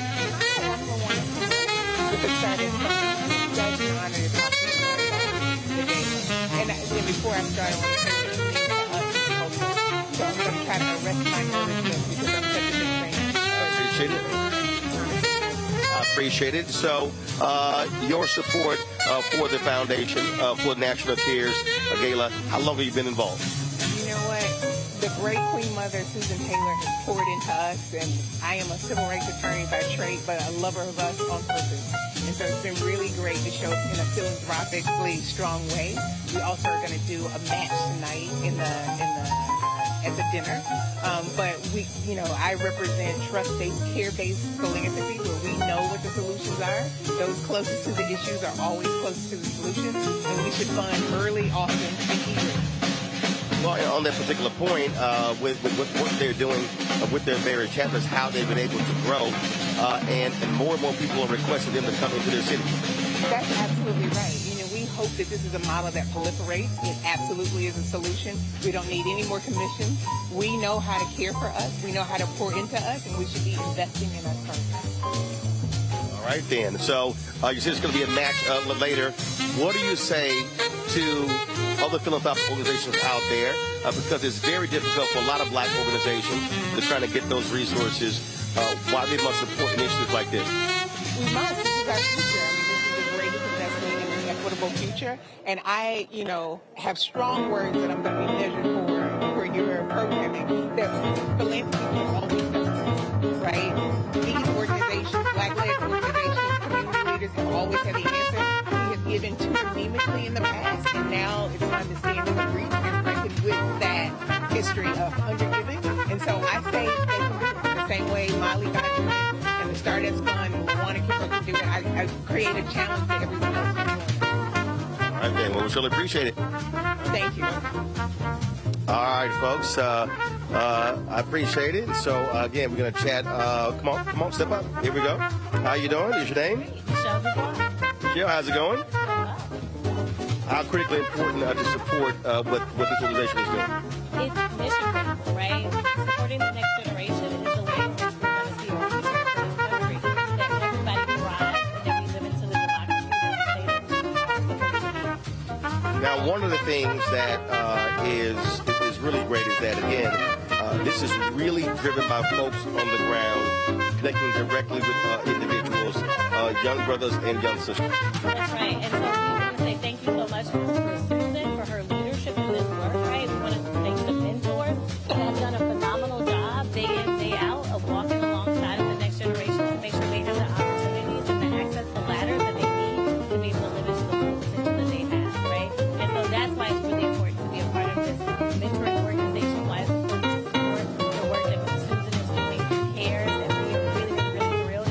My company, Values Partnership, is on behalf of our clients before to ensure that the next generation has access to mentors and opportunities they need for them to be able to grow to their full potential. All right. We certainly appreciate it. Thanks so much. Thank you. I want to ask Lauren and Greg this here. And Lauren, I want to start with you. And that is, this has been one of the issues that many organizations have had, really getting foundations of us to understand the work that is being done. And it is always a constant battle to go after those resources. And so in this country, we spend a ton of money after the fact. But if you actually put more money on the front end, you can actually fix a lot of these problems. Absolutely, yeah. And interestingly enough, I think next week in the State of the Union, we're going to hear the president perhaps do some policy that is going to make us think about that again, but I'll detail that out next week. If you do not spend money on the front end on these young people, you will definitely be paying on the back end. We're definitely seeing that in the nation's capital with the lack of investment in our youth and what happens when they, get to about their teenage years is that if you don't give young people something to do that's constructive, it will turn into something negative usually. So there's a huge problem with that. It's not sexy policy that politicians like to talk about. They love to make big announcements about new crime fighting initiatives and all that, but they don't like to do any sort of investment that requires a deeper thought process and some forethought about how you stave off problems, 10 to 15 years in advance. And it's really hard to get lawmakers that make public policy to think in that direction and think 10 to 15 years ahead like these other countries do, but we pay the price for it. We've been paying the price for it for decades. That is it. I mean, it is amazing when we have these conversations with folks about resources, and you will have lawmakers who will spend a lot more money on prisons, on jails, and programs along those lines, but then will say, "Oh, we can't afford it." When we talk about preventative programs, which is nonsensical. And again, we see this all across this country on the federal, state, and local level. Yeah. Well, the people who say we don't have money to pay for these types of programs are open enemies of our common humanity. They're miserable. They're miserable examples of misanthropic, individualistic, hyper-capitalist, really shrunken souls. And the tragedy isn't that they have these opinions, although that is a tragedy in a human sense. The tragedy is that we don't rise to the challenge and overwhelm them with our numbers, because most people in this country and in the world don't share those miserable opinions. You know, when I look at the board of directors for National Cares, for example, and you see folks associated with the Carlyle Group and J.P. Morgan Chase and C3 Venture Flint and Comerica Bank and the Pickard Group and General Motors and KPMG, you know, there's a reason why you have to recruit these type of folk, because they have access to resources. Is it ideal? Absolutely not. Because we know that the type of mouth to ear, hand to hand, life to life shaping that has allowed us to not only withstand the greatest single enduring tragedy in contemporary human history, enslavement and its aftermath, was achieved for us, by us, in churches, in community centers, in communities without resources except the human resource of investment. What happens when you pour that type of beautiful, brilliant determination into a larger vessel like the United States, a state system where there has never been a consensus on what this country is and what its commitment is to the people who live in it? Well, what you end up with is what we have here. People who have never accepted everyone in this country as human, whether they be folks who were here when the border crossed them, that they will now call illegals, whether it be people of African descent who were brought here to work and then freed into a market economy with no money to our own devices, and we still triumphed. Well, you know, there is no we in this country, and this is evidence of it. You would invest in all of us if there was a we. Well, again, and one of the things that also I try to remind folks is that there's this assumption that black folks don't give. But when you actually look at giving, African Americans actually over-index when you combine what we do with churches, with HBCUs, with community groups like this here. And so, but there's a direct correlation, though, to lack of wealth creation. The fact that you have African Americans who have college degrees who make less than whites with high school diplomas. And so when you have higher student loan debt, when you have lack of access to those high-level jobs, then that has a direct relationship to the lack of giving to our organizations, Lauren. Yeah, I mean, it's a good thing that we got people around like Robert Smith, and you know, the idea that people really think about paying for tuition, like he paid for everybody's tuition at Morehouse, you know, and that puts everyone on a plane where you see that type of giving, and it allows those folks to come out debt free.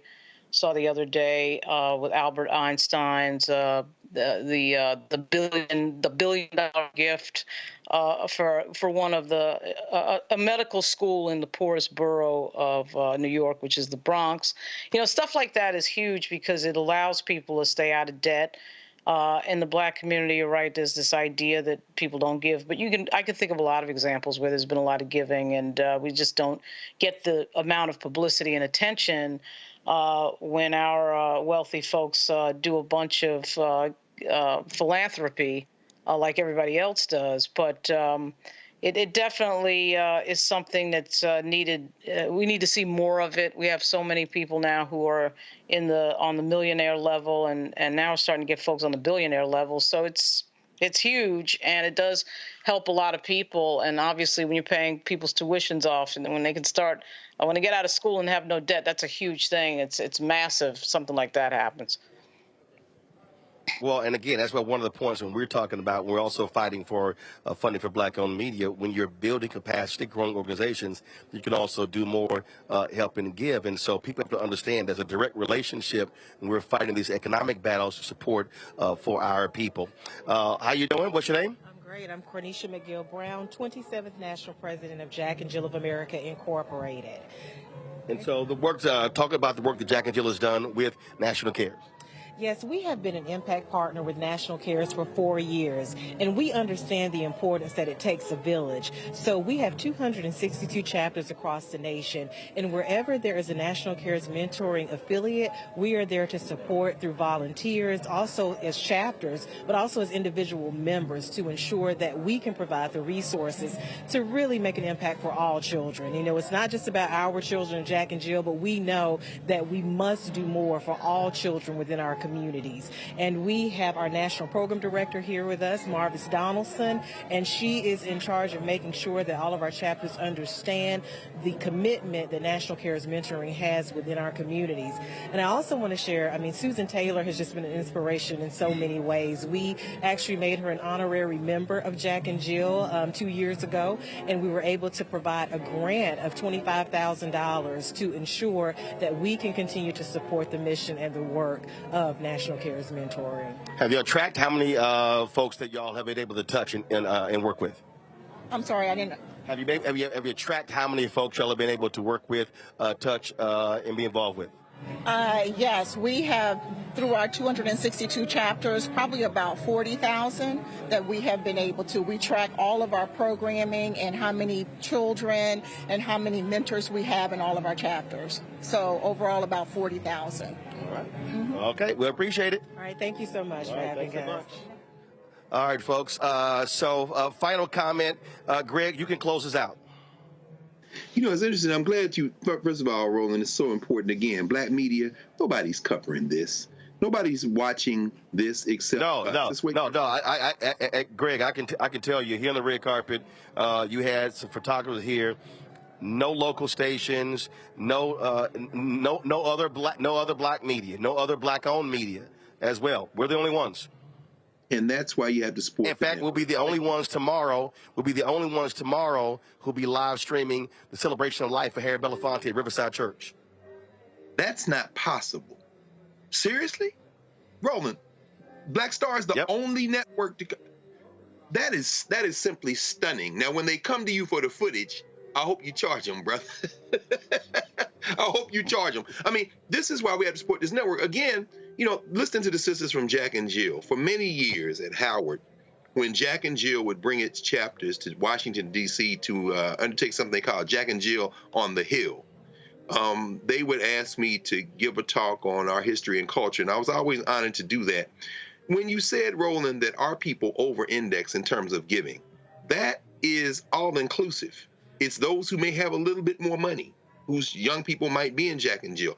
It's those who have very little money, who will take their hard-earned dollar, 10% of it, and put it in the tithe box. Our people have made ourselves into what we are through sacrifice. W.E. Du Bois always says that. So when you're looking at the Black Star Network covering something like this CARES convening, what you're looking at is Black self-determination. If we're going to be serious about our liberation, we have to free ourselves. What Eric Holder said, there's no cavalry coming. That's true of the United States, and it's true of Black people. And we're only here because of sacrifice. So dig deep. Support this network. As Roland is going after those advertising dollars and those federal dollars and those private industry dollars and those company dollars and those business dollars, do not let that be the hill that the Black Star has to go up alone. Have the foundation be for us, by us, because that is the only thing that has ever guaranteed our progress. You're absolutely right, and I say this repeatedly, trying to explain to people why this absolutely matters. We do these things all around the country, and there are numerous times it's just us. I can tell you, 2018, we were at the NAACP convention in San Antonio. And I took a photo. We were the only media outlet who was on the riser. Maybe one of the days a couple of local cameras came, That was it. For the entire convention, it was just us sit up on the podium. The following year, it was in Detroit, 2019. All of the presidential candidates came through there, and it was quite interesting how many people were there, and all the media was there. But the next day, after the candidates left, all the media left. And so I keep saying we've got to have our own media. And I'm going to tell you right now, other black media not here. I could start naming them. Other black-owned media, they're not here. And so it's a lot of entertainment stuff that our people cover. But when it comes to news and issues and things like this, you're not going to see them. And so that's why we created the network. That's why we do the work. And so, again, tomorrow, so here's what happened. I called Susan Taylor. I said, Susan, are y'all streaming the National Cares Gala? She said they weren't. They've done it the last several years because of the cost. I said, we'll do it. I called Gina Belafonte. And Gina Belafonte, I said, hey, are y'all live streaming Mr. B's Celebration of Life? She said, we're not. I said, we can do it. And so we're going to bring our crews in, but they have a technical crew at the church. It's going to cost us $1,200. Let me say that again. It's going to cost us to stream it. Nobody's paying us to do this. No one is paying us to do what's happening tomorrow. And so our people have to understand that there are numerous things happening in the Black America that do not get covered, that do not get paid any attention, and we're always on the scene, and we try to do as much as we can. We can't do everything, and so that's our reality. And so, again, we want to thank everybody for what they do. We want to thank Reese, Lauren, and Greg for being on today's show. And so we're going to go toss back to the room. We're going to cover the rest of the National Cares Gala, and so we look forward to the rest of the program. Y'all, please support us in what we do. We need you to support the Black Star Network. Send your check and money order to P.O. Box 57196, Washington, D.C., 20037-0196. Cash App is $ RM Unfiltered. PayPal is R Martin Unfiltered.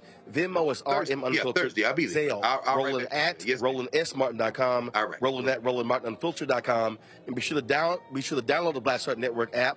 Apple phone, Android phone, Apple TV, Android TV, Roku, Amazon Fire TV, Xbox One, Samsung Smart TV. And of course, you can watch us on Amazon News by going to Amazon Fire. You can watch our channel on Plex TV, Amazon Freevee, as well as Amazon Prime Video. So we're going to go to a break. When we come back, we'll return to the National Cares Mentoring Gala here at Pier 60. I'll see you guys tomorrow for the celebration of life of the great Harry Belafonte at Riverside Church.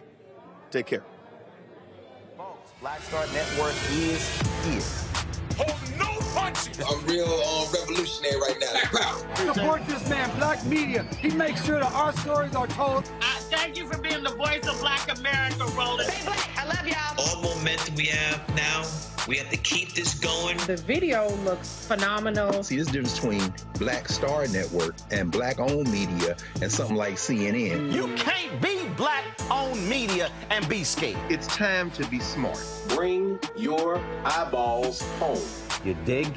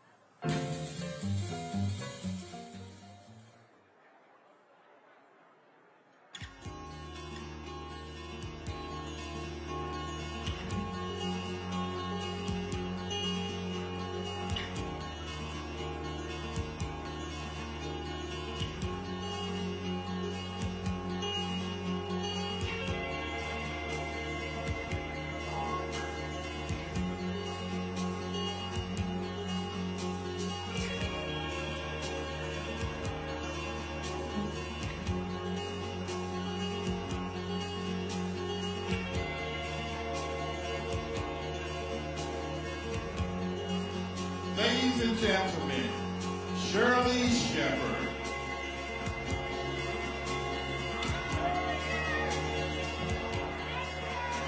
Hey, Shirley.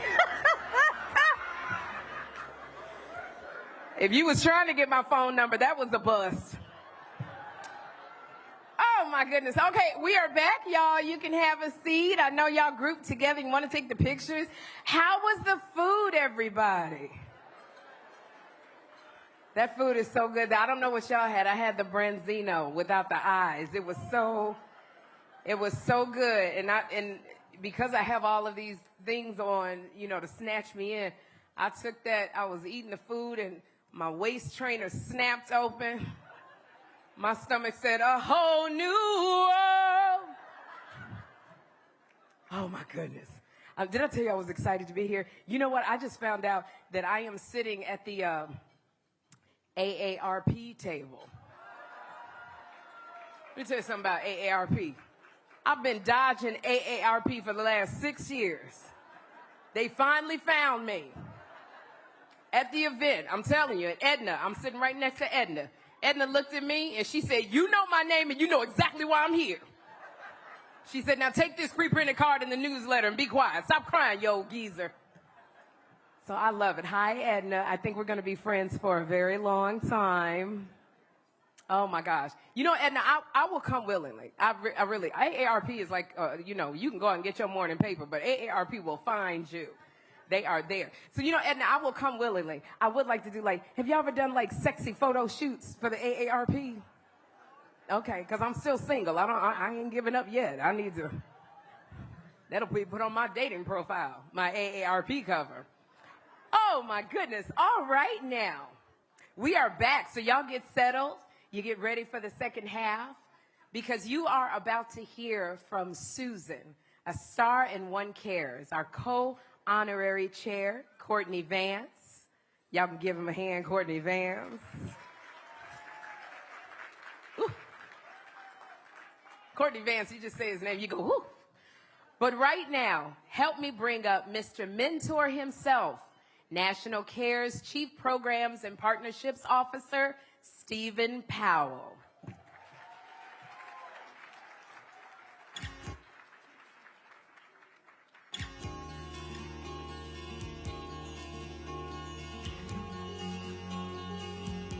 Let's give it up for Sherry, y'all.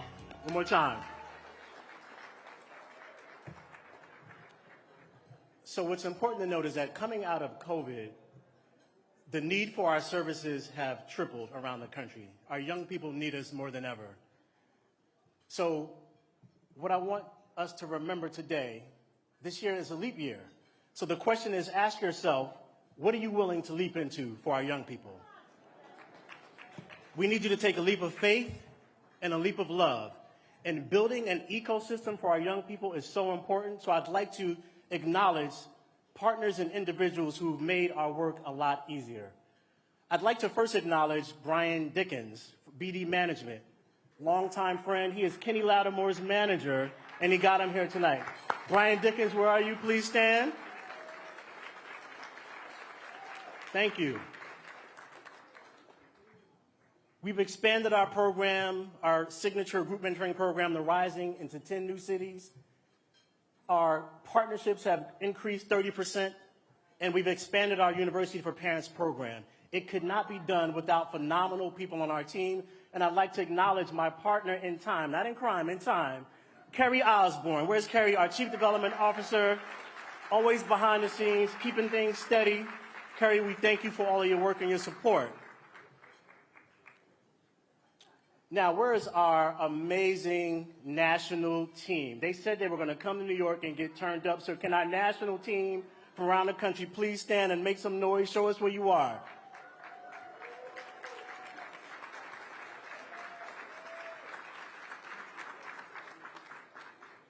And in order to be the nation's leader in the recruitment, training, and deployment of African American mentors, I'm about to show off our Soldiers of Love, our National Cares affiliate leaders, 58 cities around the country, volunteers dedicated to moving this work. Can our affiliate leaders please stand and make some noise? Cares affiliate leaders. Yes, let's see those people who pour into our young people day in and day out. Rain or shine, we love you. Thank you. So now the question is, y'all are trying to recruit black mentors. Where do you get them from? So I want to acknowledge our community impact partners. And if you're in the room when I call your name, please stand. So I'd like to first start with the Association of Black Psychologists. All right, Dr. Carmen, we see you. All right, let me get ready. Delta Sigma Theta Sorority Incorporated. Yep, the turn up is real. Jack and Jill of America. Cornisha, Marvis, thank you. The Links Incorporated. The National Black Child Development Institute. The National Coalition of 100 Black Women. Phi Beta Sigma Fraternity. And our latest partner, Zeta Phi Beta Sorority. Please stand, make some noise. Now, I do want to get a little Divine Nine check-in here. Where are my brothers of Alpha Phi Alpha? Where you at? All right, Alpha Phi Alpha in the house. The men of Omega Psi Phi, where are you? Okay, that's a lot right here. That's a lot going on right here. Kappa Alpha Psi, where you all? Kappa Alpha Psi. Yes, we saw y'all with Usher. You don't have to tell us anymore. Record it. Thank you. Brothers, love y'all. Alpha, Kappa, Alpha, where are you? Sorority. We see you. All right. Sigma Gamma Rho. I'm going to clap for him. All right, there we go. Iota Phi Theta. All right, so that sounds like a little step show, but what I need y'all to know is we need a step up show. We need more mentors, and you all can help us next year, so thank you so much.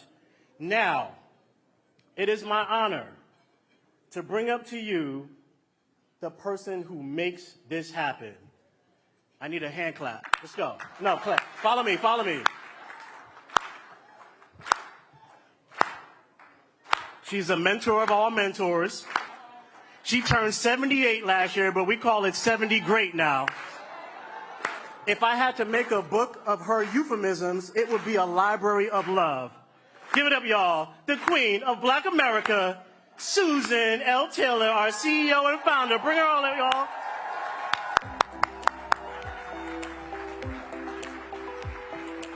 She don't even walk, she just glides.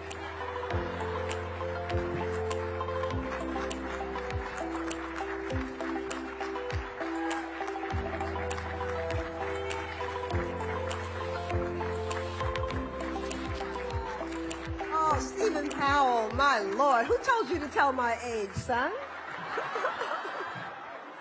But you know, I've never, ever not wanted to tell my age, and Lord knows, I like being 78. I never want to go back to being 45 and 55.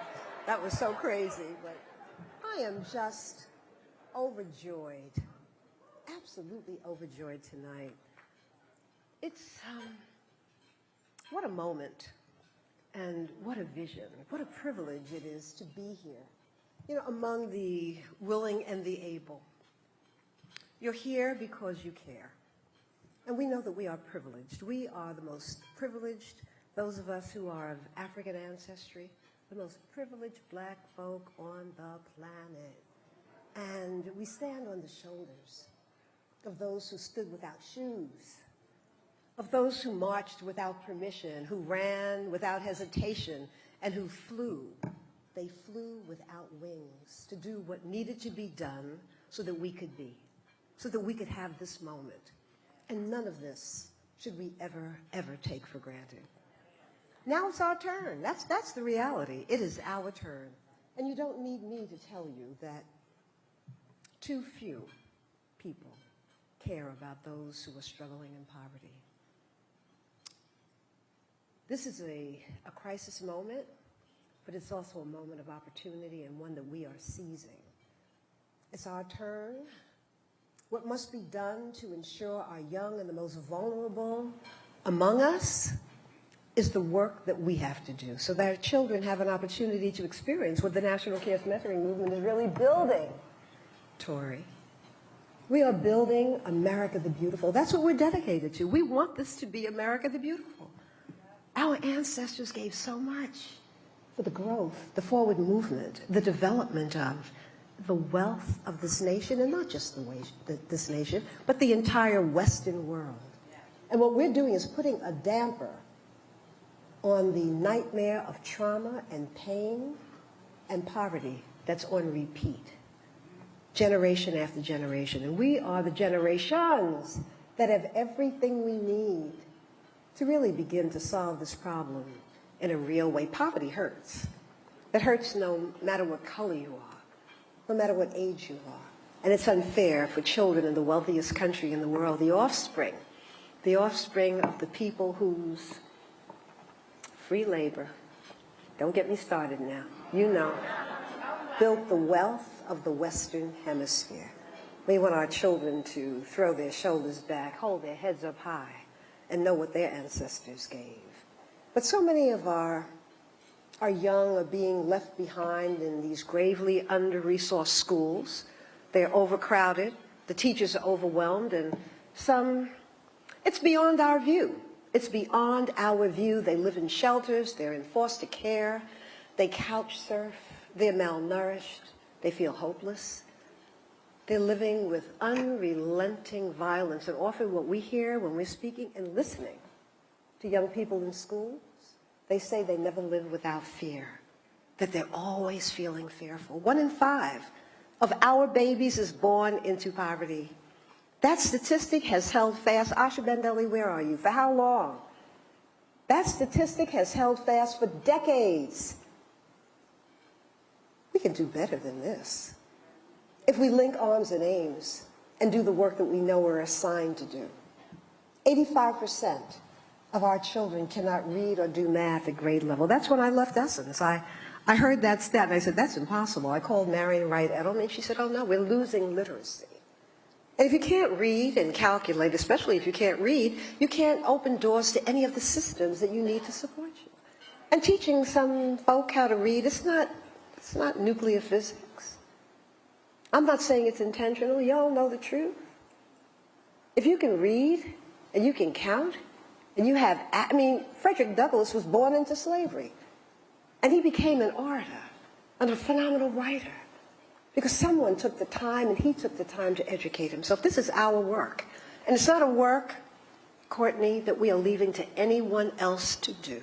We need allies. We need people to work with us to help our children move out of harm's way. And what we do on behalf of the marginalized children, the forgotten ones, we work where the harms of poverty exist. We're not afraid. I'm so glad that, I was born in the neighborhood because I'm not afraid of us. And but for the grace of God, y'all would be here raising money for me. I am so blessed, and we are also blessed to be on the giving side of the deepening economic divide. So we are freeing our children from the grip of poverty and depression. The depression is real. Our curricula, it's restorative. It's held in a framework that was designed by a brain trust of more than 60 experts from across a breadth of professions. It's culturally anchored. Stephen, could tell you stories about some of the organizations that are losing the children they serve. They're not led by people who are African American, but those who they're serving are black and brown. And the young ones, are saying, Leon, they're not going back because you all don't look like us. You all don't understand us. You don't understand what we're going through at home. You don't understand that we have a target on our backs. You don't know what it means to walk through America as a black person. You don't know. And so they've stepped away, and for the first time, these organizations are calling on us to come and bring our curriculum and to work with them. We turn no child in need away. We're focused on black children, but they're all our children. And so we turn no child in need away, and certainly no mentor. If you went to Harlan High with us on the south side of Chicago, we've done a lot of work there. You would see big old white Bob. He went to that school many years ago, and Bob is a mentor. The kids love him, and he holds those reins and holds them close and tight and lovingly. And so our CARES trained psychologists, social workers, and other wellness experts. That's how we come into schools. We do two things. We recruit mentors, we train them, and then we deploy them to where they're needed. And they go into the overwhelmed schools. We go into detention centers. I know Greg Corbin is here. This brother drives 35, an hour and a half from where he lives in Ohio to where our young brothers are being incarcerated. He does that every week, an hour and a half each way to be with them. And sometimes I'll join online and, you are masterful, Greg. Thank you. So our children feel the love that we bring. They know that they are valued. So hope and confidence then begin to emerge. They may stop getting high before they go to school. It's a soporific. They're trying to heal the hurt. And our content is held in something that's called A New Way Forward, Healing What's Hurting Black America. This is our work, and it's not just for the children, it's for us. Epigenetics, the pain of the many years of enslavement and brutality and being dismissed and being taught that everything about us was inferior. We're still healing from that. And then our children, with our love encircling them, a new kind of confidence emerges in our babies, and they begin to dream fearlessly. You see their posture changes. The way that they approach things change. They develop a love for self, a love for heritage, and a love for learning. And so social media, that's a whole other conversation. It's just changed the landscape. It's the age of selfies and self-obsession, as my husband, Keffer Burns, says. Our children are living for the likes. They want to be liked. And being popular means everything. Being popular and just having money doesn't even, I can sit home and be an influence and make money. Well, I know this, we've not come this far along the way to be mesmerized by shiny objects and weapons of mass destruction. No, we have not. Our programs are consciousness shifting. That's what we do. We change people's ideas and our own about who we are and what we not deserve, but it's the residual of what our people have invested in life. We guide our young toward a healthy and productive future, the futures that they want, the financial mobility that they're longing for and so deserve. So I, too, want to thank our sponsors. I want to thank our board members, boy. Thank you. Thank you, thank you, thank you. Bina Elliott, I know you're here. Michael Walker, I just love you way beyond the telling. Stuart, I didn't see Stuart here tonight. Are you here in the house, Stuart? He's not? Oh, good, Stuart. Thank you so much. Thank you, thank you. And Reginald Van Lee, Lord have mercy. I know you're sorry you ever asked me, tell me what I should do. You never gave me an assignment. Tell me what you want me to do and what you're doing it. You are absolutely doing it. So thank you. The Oprah Winfrey Charitable Foundation and the Hope and Robert F. Smith Family Foundation, the Giving. Thank you for coming in and sponsoring at the very highest level. And our presenting sponsors, two of our presenting sponsors are actually our honorees. How wonderful is that? Bailey Medical Equipment and Supplies, Miss Tricia, and Casey Family Programs. William Bell, if I start talking about you, I'll cry. Because William Bell is faithful. He's faithful to the community and to the children. And the Casey Family Programs, they're supporting some of our most vulnerable children in foster care. And I grew up in a foster home. We were the biological family, but my sister Lillian Baker is closer to me than our brother is right here. Lillian Baker was a foster child who came to us at 2 years old. And we are still tethered together. It's my beloved baby. And so she loves me to pieces. She loves me so much it embarrasses me because I let her sleep in the bed with me and she would wet me every night. And I didn't shun her. I let her keep coming back. Oh, Sue, I love you. I'm so glad. I was so kind to her. Behave yourself, girl. Oh, Lord. And I want to thank FedEx, the FedEx family. You all just keep coming back to us, and we know the FedEx from New York is here. Thank you. Grace Vander Cruz. You're going to meet Grace. Grace Global Capital Thank you, Grace, and her beautiful new husband, Marcus Smith. Oh, my Lord. Happy to know them. And the Coca-Cola Company, they have really just stepped in and been so generous to care. So we thank the whole team there. And I want to thank the gold sponsors, too. Oh, my gosh. Edna, AARP, they're in the house. Thank you. Luana, where's Luana Kimbrough and the Stardust Fund? Thank you. And to our silver sponsors, American Urban Radio Networks, AURN, Chesley Maddox Dorsey. She's CEO, she's a sister, she bought the company. So proud of you, Chesley. So very proud of you. Bank of America. Bank of America made a great investment, thank you, in the National Cares Mentoring Movement and the work that we're doing. Comcast, Delilah is in the house. Haven't gotten to see, are you here, Delilah? Haven't seen her in a long time, but she's being cool, but I'm glad you're here because you always support, but we don't see you enough, so I'm glad that you're here. Marva Smalls, always on a plane, Paramount, Marva Smalls at Paramount, and the W.K. Kellogg Foundation, one of our very first funders. How fortunate. And then all of our bronze sponsorships, the names are on the wall there. Too many to call out, but just thank you. And there's a special person I want to acknowledge. He's a good friend of Keffer's and mine, and I don't know if Valerie is here with him, but Eric Kelly. Where are you, Eric? Eric is just a beautiful soul. Thank you, Eric.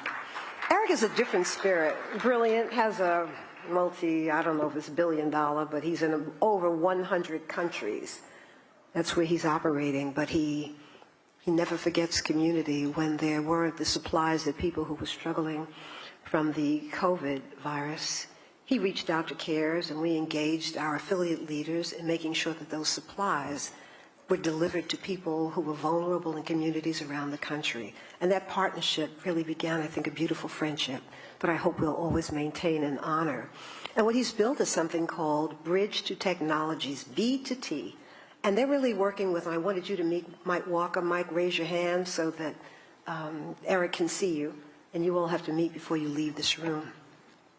But he gathers at NASDAQ the, most incredible group of African Americans. Not all are African Americans, but most are, and they are our allies as well. And what they're doing, these are people who are running phenomenal businesses. They're entrepreneurs primarily. And you get to a level as a black entrepreneur and you're doing well, but then you can't raise the money that you need to raise to get to the next level, so that you can create a legacy organization that will last beyond just 1 or 2 generations. And this is really what he's building. But what's so unique and why Keffer and I love you so much is that you didn't forget the community. When people are building at that level, try to get people who are wealthy to really care about people who are living in poverty. It's not so easy. And the women we're honoring tonight, we're honoring them for that reason, because they care. And that's what I love about what you've built with B to T, that even though they're all wealthy people, they're doing very well, but they also now have selected, I think, 2, and we're one of them, community-based organizations, nonprofits, that they're going to be raising money for. And he put a substantial number on the table that Kerry Osborne, our Chief Development Officer, said, don't mention, but I'm going to tell it anyway. He said $10 million. We're going to raise that money. And then we said we're going to make it $20 million. And we're going to raise that money from our people in communities. We're going to get our people to say, yes, we're going to give $5 a week. And it's going to be robo-giving. This is it's our problem, and it's our problem to solve. So I'm saying that, we have to be part of the vision. And we have to hold that vision really, really close to us and keep our hands on the plow. Am I mixing metaphors, Keffer? He's going to tell me that later. You mix metaphors, but you know what I mean. So working together, just working together, our children will win. They'll win. And that's, I think, the lesson that the Holy Spirit wants us to learn. We lost everything. We lost everything. We lost language, family, connection, faith. It's not faith organizations, but our religious practices. We lost everything, and no other entity that came to this nation lost everything. So what we're doing, we're remaking ourselves. We're remaking ourselves, and it starts with us looking in the mirror and being honest with ourselves about what we need to do to take all the gifts that God has given us and move even further toward wholeness. And I want to thank my beloved family. My daughter is here in the city, but she fell on her way here. She's okay.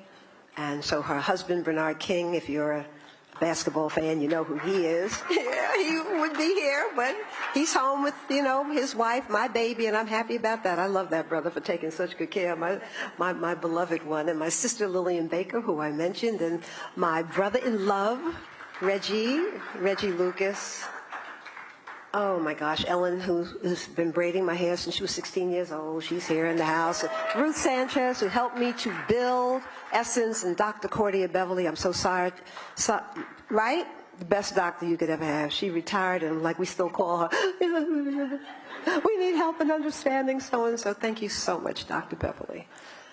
And to my darling Amina, Suzanne King, my beloved God, my beloved granddaughter. Thank you, Amina, for just being the gift in our families. We love you so much. My darling Kefra, 35 years of marriage, loving me. I say this to him all the time, loving me in a way that I really want every black woman to experience. I'm like, everybody should kind of have the kind of love, yeah. Speak it into existence. Be the love you're looking for. That's another speech. Let me get going on that one another time. Okay, Bevy, I hear you. So thank you, Kefra.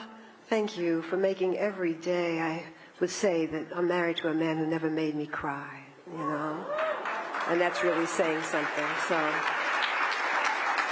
thank you so much. But nothing points to this urgent moment and the need that black children have for more love and more support than the tragic spike in black child suicide. Historically, it was believed that suicide was not a threat to our babies, but that was not true. It's just that no one was paying attention. And now, though it's being written about and spoken about, and there are white papers and reports and books and conferences, there's still no national plan. We have a plan.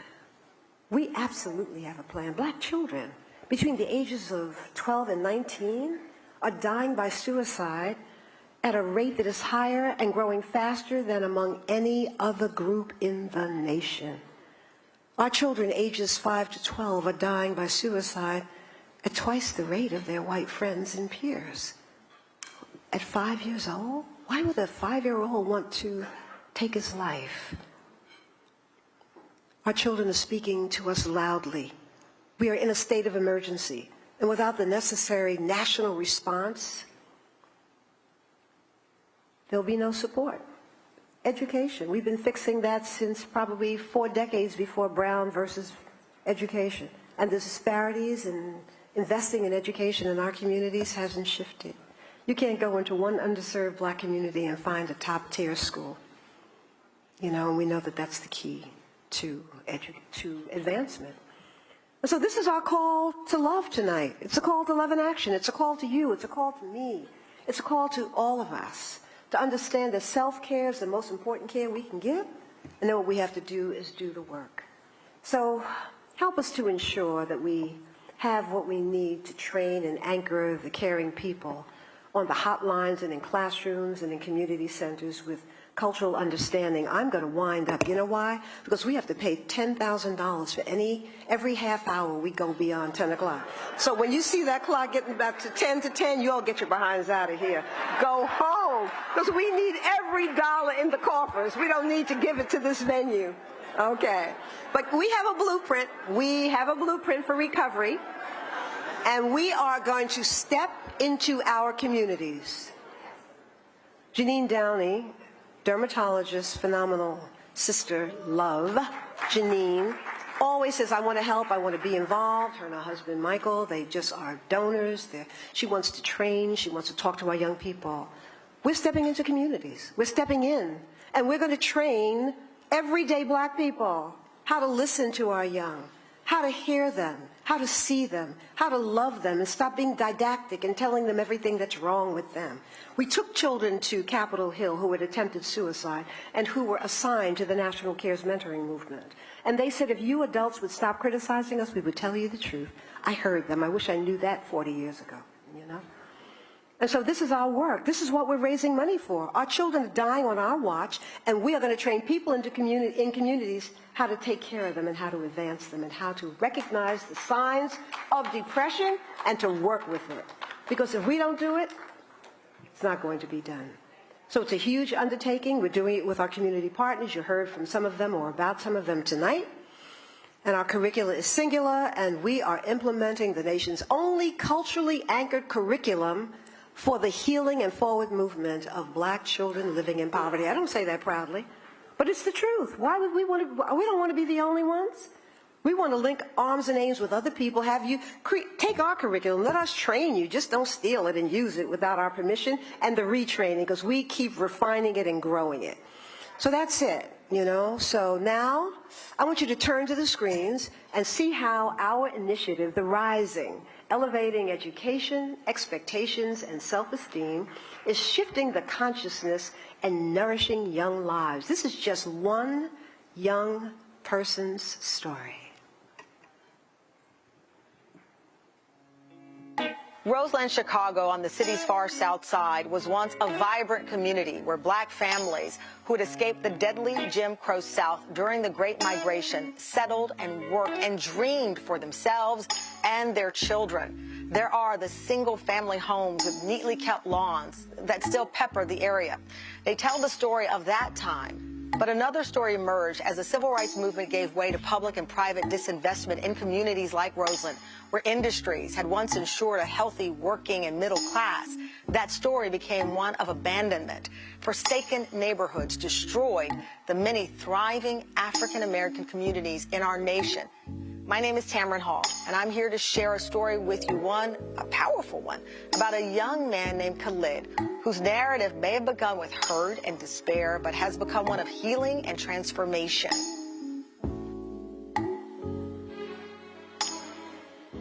My name is Khalid Marquise McCombs. I was born and raised on the south side of Chicago in the Roseland neighborhood. When I was born, my mom had a stroke while giving birth to me, and she almost died, and she was never the same again. My family was a working class family. My aunts made sure that I had a roof over my head and clothes to wear. They made sure that I was presentable. Growing up in the Roseland area, I was exposed to a lot of violence. I lost one of my best friends to gun violence right down the street from my house.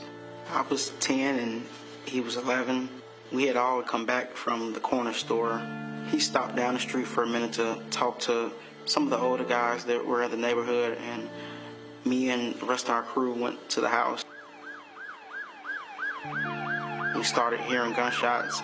Everyone started rushing down, yelling his name, and I remember just seeing him laying in the street.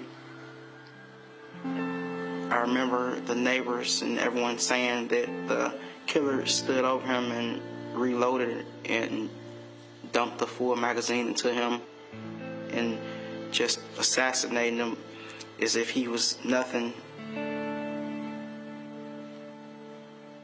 Growing up without a father, you're taught by, the streets and the people around you, men don't cry, and you believe that type of stuff. It made me angry at the world, and sometimes I would think what the world would be like if I wasn't there. Mental health issues, including anxiety, despair, and depression that can lead to suicide, are affecting millions of Americans, but still carry great stigma. And that stigma keeps us from telling the truth about very real and understandable emotional challenges. Death by suicide is an epidemic in our country. More than 130 people die of that often preventable tragedy every single day. And no group is at more risk than young black people, who have the fastest growing rate of deaths by suicide in America, up 144% since 2007. But what if there was a gathering of committed, trained, and loving adults working together on behalf of our children? What if they showed our young ones growing up in poverty that they are precious and valued members of society? And what if they were given the opportunity to write their own stories, stories of hope, healing, and high achievement? I have been working with Chicago Public Schools for over 25 years. I was born and raised on the south side of Chicago. I intentionally chose to work in communities where children were underserved because I come from that community. And I know the value of getting an education from people who cared about me, who nurtured me, and who looked like me. So I wanted to be that person for my children. During his sophomore year, Khalid lost his grandmother, and the next year, he lost his mother. In the span of 2 years, he lost two of the most important people in his life.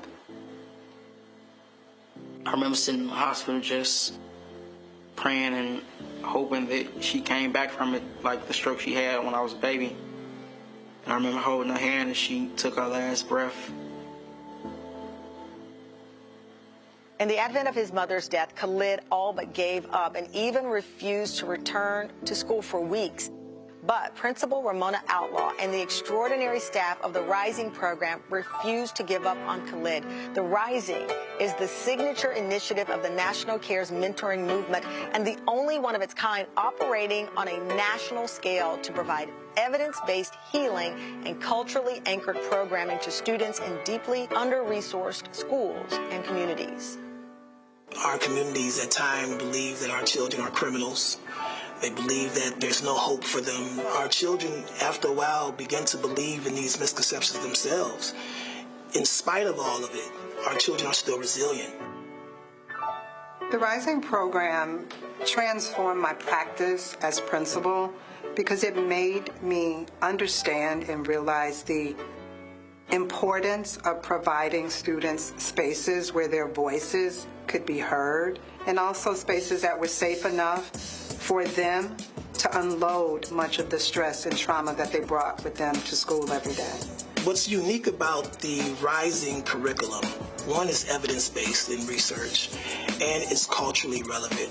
I think that many programs forget that there are life skills that's associated with growth and development that is just as important as the core classes that they may receive in an academic setting. The Rising helped me realize I could show emotion and that it was okay to cry and have those conversations, not be seen as weak or as less of a man. My life changed because I started to feel more open and more happy with myself because I had finally let it all out and there wasn't a burden on my shoulders anymore for me to hold up. The power of the Rising, I think, is solely in the love that we have. When we speak about heritage and about who you are and where you come from, it brings confidence back to being black. I always thought that black people weren't supposed to have money or that we weren't supposed to be successful. And the Rising taught me that my culture had done some great stuff. In the final 2 years of high school, Khalid, supported by the Rising program team and Principal Outlaw, worked as hard as he could, pulled up his grades. He graduated from high school and, with the help of one of his mentors, got into a pre-college summer program. On May 6, 2023, I graduated from Mississippi Valley State University with a Bachelor's of Science in Engineering Technology. By June of 2023, with the skills the Rising taught me, I was able to secure a job as a staff engineer in the state of Indiana. What we should know about our children is that they deserve a high-quality education and the highest of expectations. If we love them unconditionally, they will become the most confident, independent, and successful contributors to our society. Khalid is special to me. He's so special. But there's so many Khalids, right? There's so many.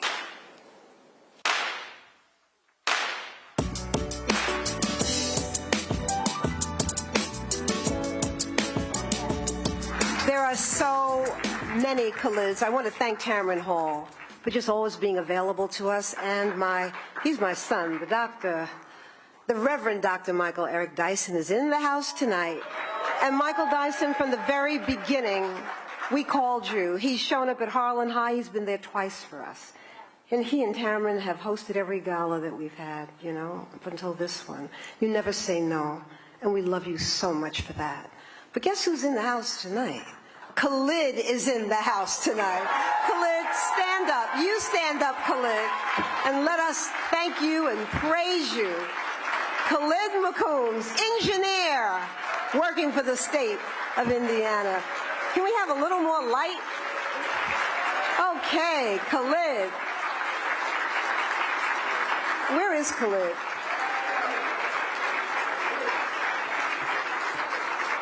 Okay. Congratulations, Khalid. I was just so happy that you could come and be with us, and we're so very proud of you. And now it's our joy to introduce to you the Emmy, Tony, Golden Globe, and Screen Actors Guild Award-winning, Detroit-born, and Harvard and Yale graduate, actor and author, husband of Angela Bassett, father and friend, Courtney B. Vance.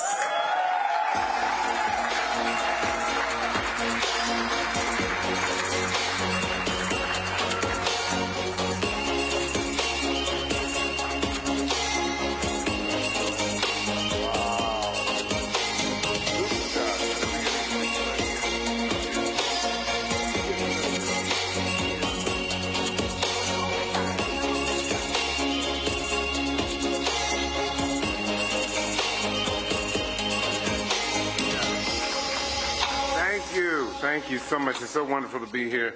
Susan, are you? Oh, there you are. Oh, you snuck around. Okay. You know, my daddy was a foster child. My daddy died of suicide. And Dr. Robin L. Smith and I just wrote a book called The Invisible Ache about black men and mental wellness and suicide. So put that on your list. It'll bless you. And Susan, whatever we can do, Gilda will let you know whatever we can do to help in the journey that you're on with, and with Angela as well. Whatever we can do, we are, all you got to do is ask. Years ago, we were doing, my wife and I, the first thing that we ever did together was a play, and it was at the Guthrie Theater, His Girl Friday, and we looked up and there was Kefra and Susan, so we will always be indebted to you for showing up. And that's what we want to do. We want to show up. My love and respect, I'm going to get, because I know she said you ain't got to go home, but you got to get out of here at 10 o'clock. My love and respect for Susan Taylor runs long and deep, because she has always been at the forefront of finding ways to improve, enhance, and nurture the lives of black community. Don't you love her voice? I could listen to her just talk for, you know, she's not saying much at all, but sometimes she just saying this wonderful, and I said, yes. Whether it's through her working to tell the stories and amplify voices of black women while helming Essence, or by providing hope, inspiration, and spiritual enrichment through the pages of her best-selling books, Susan has done it all. With a love for her people, all of us. You can applaud now. And despite all of her tremendous and notable contributions, Susan's focus on our children through the incredible work of the National Cares Mentoring Movement is it is her most important endeavor. This is because the work of the people of National Cares Mentoring Movement are doing what with youth is a direct reflection of what the future can look like. And that's why I'm here. To uplift this organization's work to support the extraordinary and crucial work that Susan and the National Cares Mentoring team is doing, and to ask that you give generously to an organization of people who are giving so much to make sure that our children have all the resources necessary to build a future, not just for themselves, but also for humanity. As a father of two young people who are about to embark upon the they're in college, they're going to college, y'all, that's what I'm saying.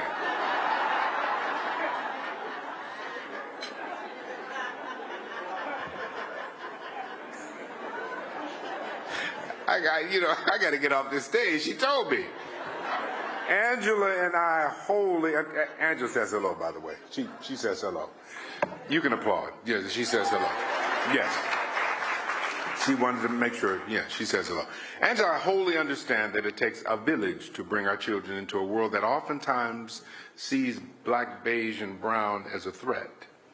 Each of you in this room, whether or not you are a parent, are part of the National Cares Mentoring Movement Village. Please give. Thank you so much for being here tonight. And I love you, and there's absolutely nothing you can do about that. Be well. Thank you. I'm off the stage.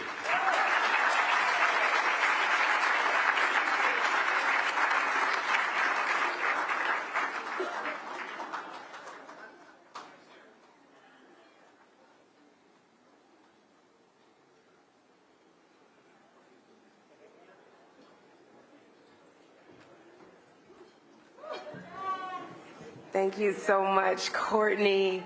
And I have to tell you, if you've not read Courtney's new book, The Invisible Ache, you must run to get that book. It is absolutely profound. And Courtney, Invisible Ache, you showed us in that book, because I told you every time I would read, I thought of my Jeffrey. But there's healing in being vulnerable and power too. So Courtney, we thank you for your dedication to all of us. Yes, yes, yes. And there's so much more we must do collectively for our children. Now, this is the moment that we are called. We heard Susan Taylor speak about this, but we are called to reach into the deepest parts of ourselves and recall all that was done for us. So let's be that for our babies now, for the love of our children now. And to help us do that, please join me in welcoming to the stage the brilliant financier. Is that how you say it, financier? I don't know how to say it because I never had one. So the brilliant financier with the even more brilliant heart, Reggie Cannell.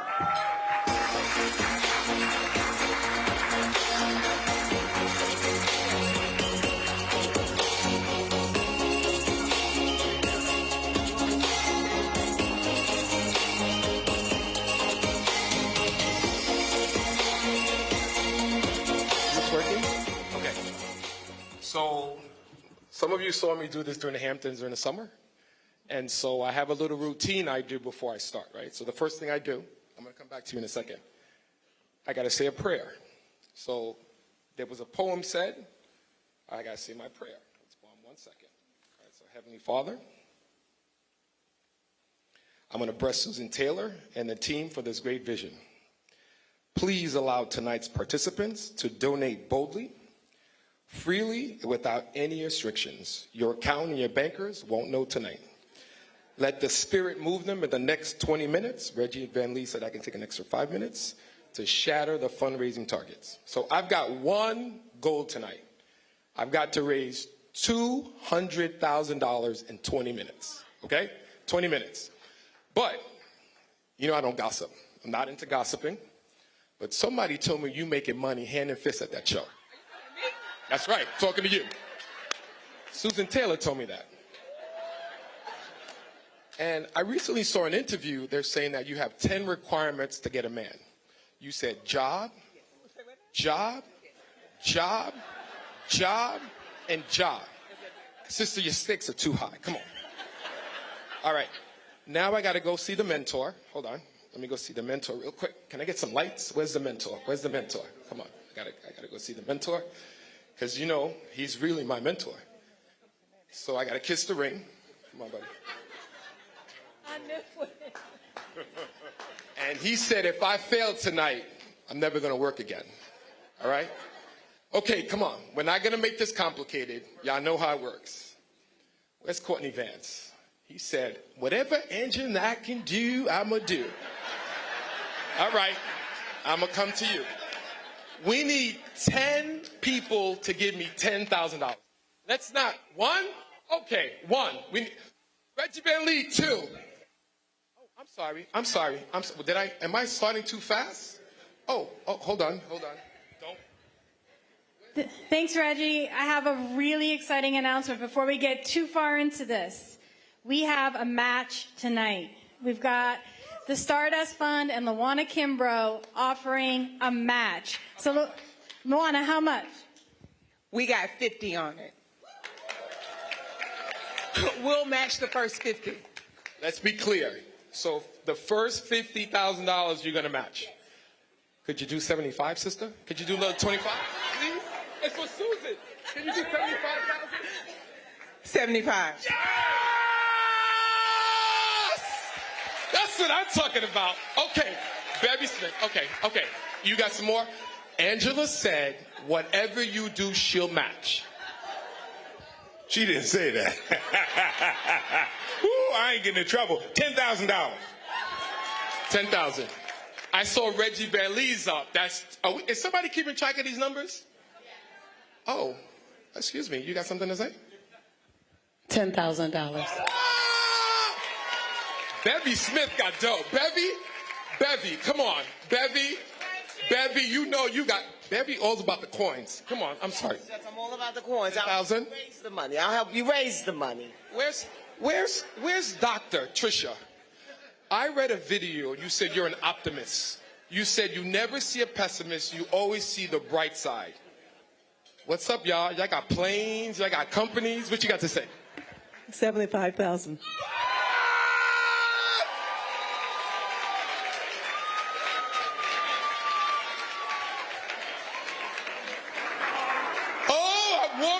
I'm just warming up. Did she say $75,000? So we got the match. Wow!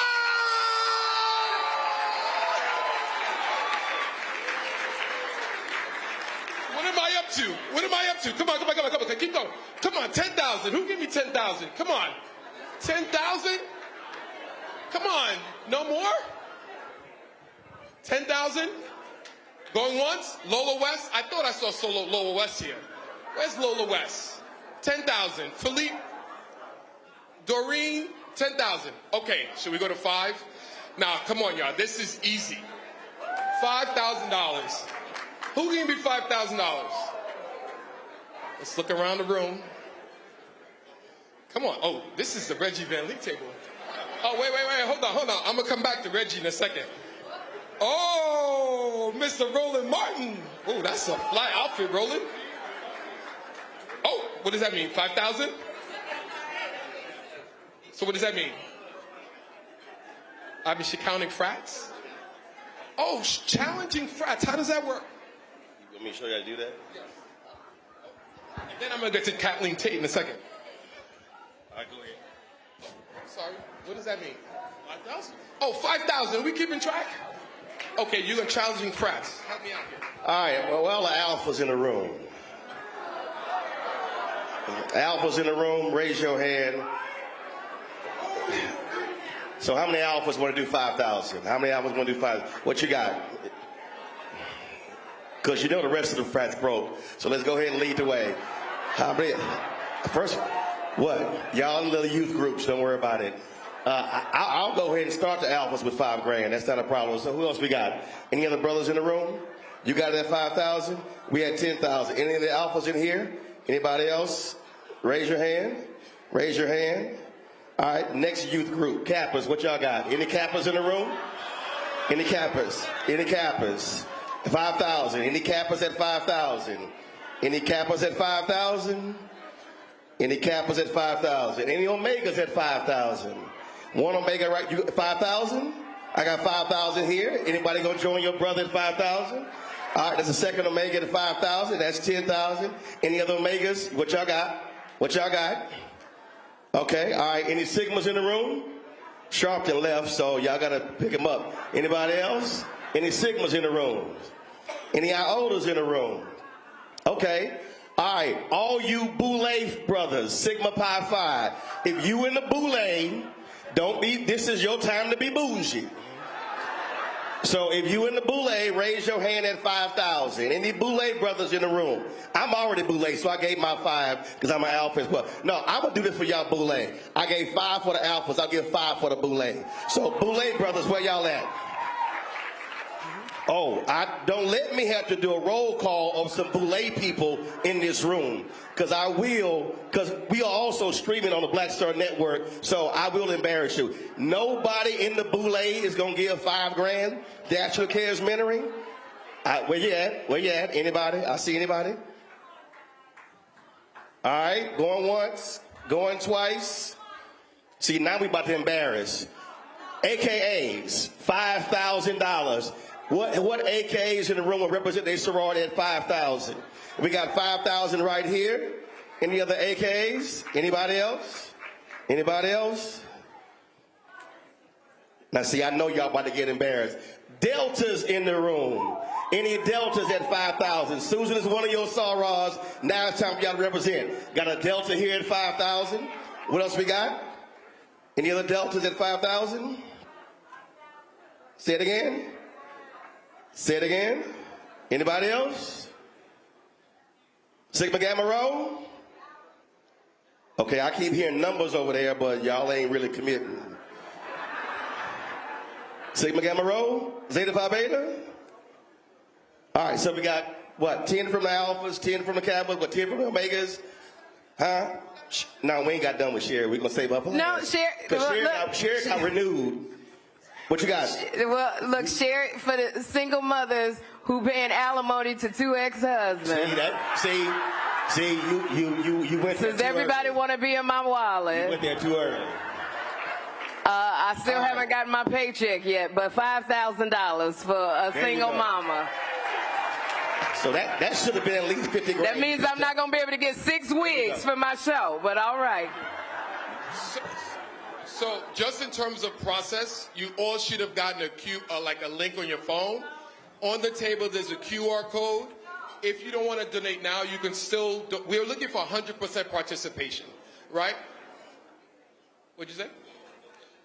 Okay, so we said $2,500. Right? I keep working the room. $2,500. Okay, hold on. Let me get you the mic. Hold on.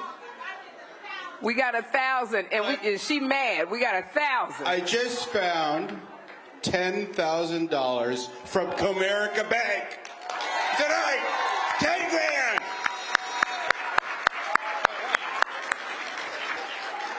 Oh, I'm feeling. I think I made my number. No, $2,500.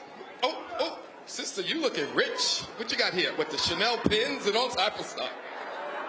What you got? Y'all want to talk about it a little bit? So I started a new Hampton Roads affiliate in Virginia, and oh my God. We're going to donate $1,000 to the Hampton Roads Cares. Awesome, $1,000. Come on. This should be easy. $1,000. Come on, folks. That's like a dinner in New York. $1,000. This table.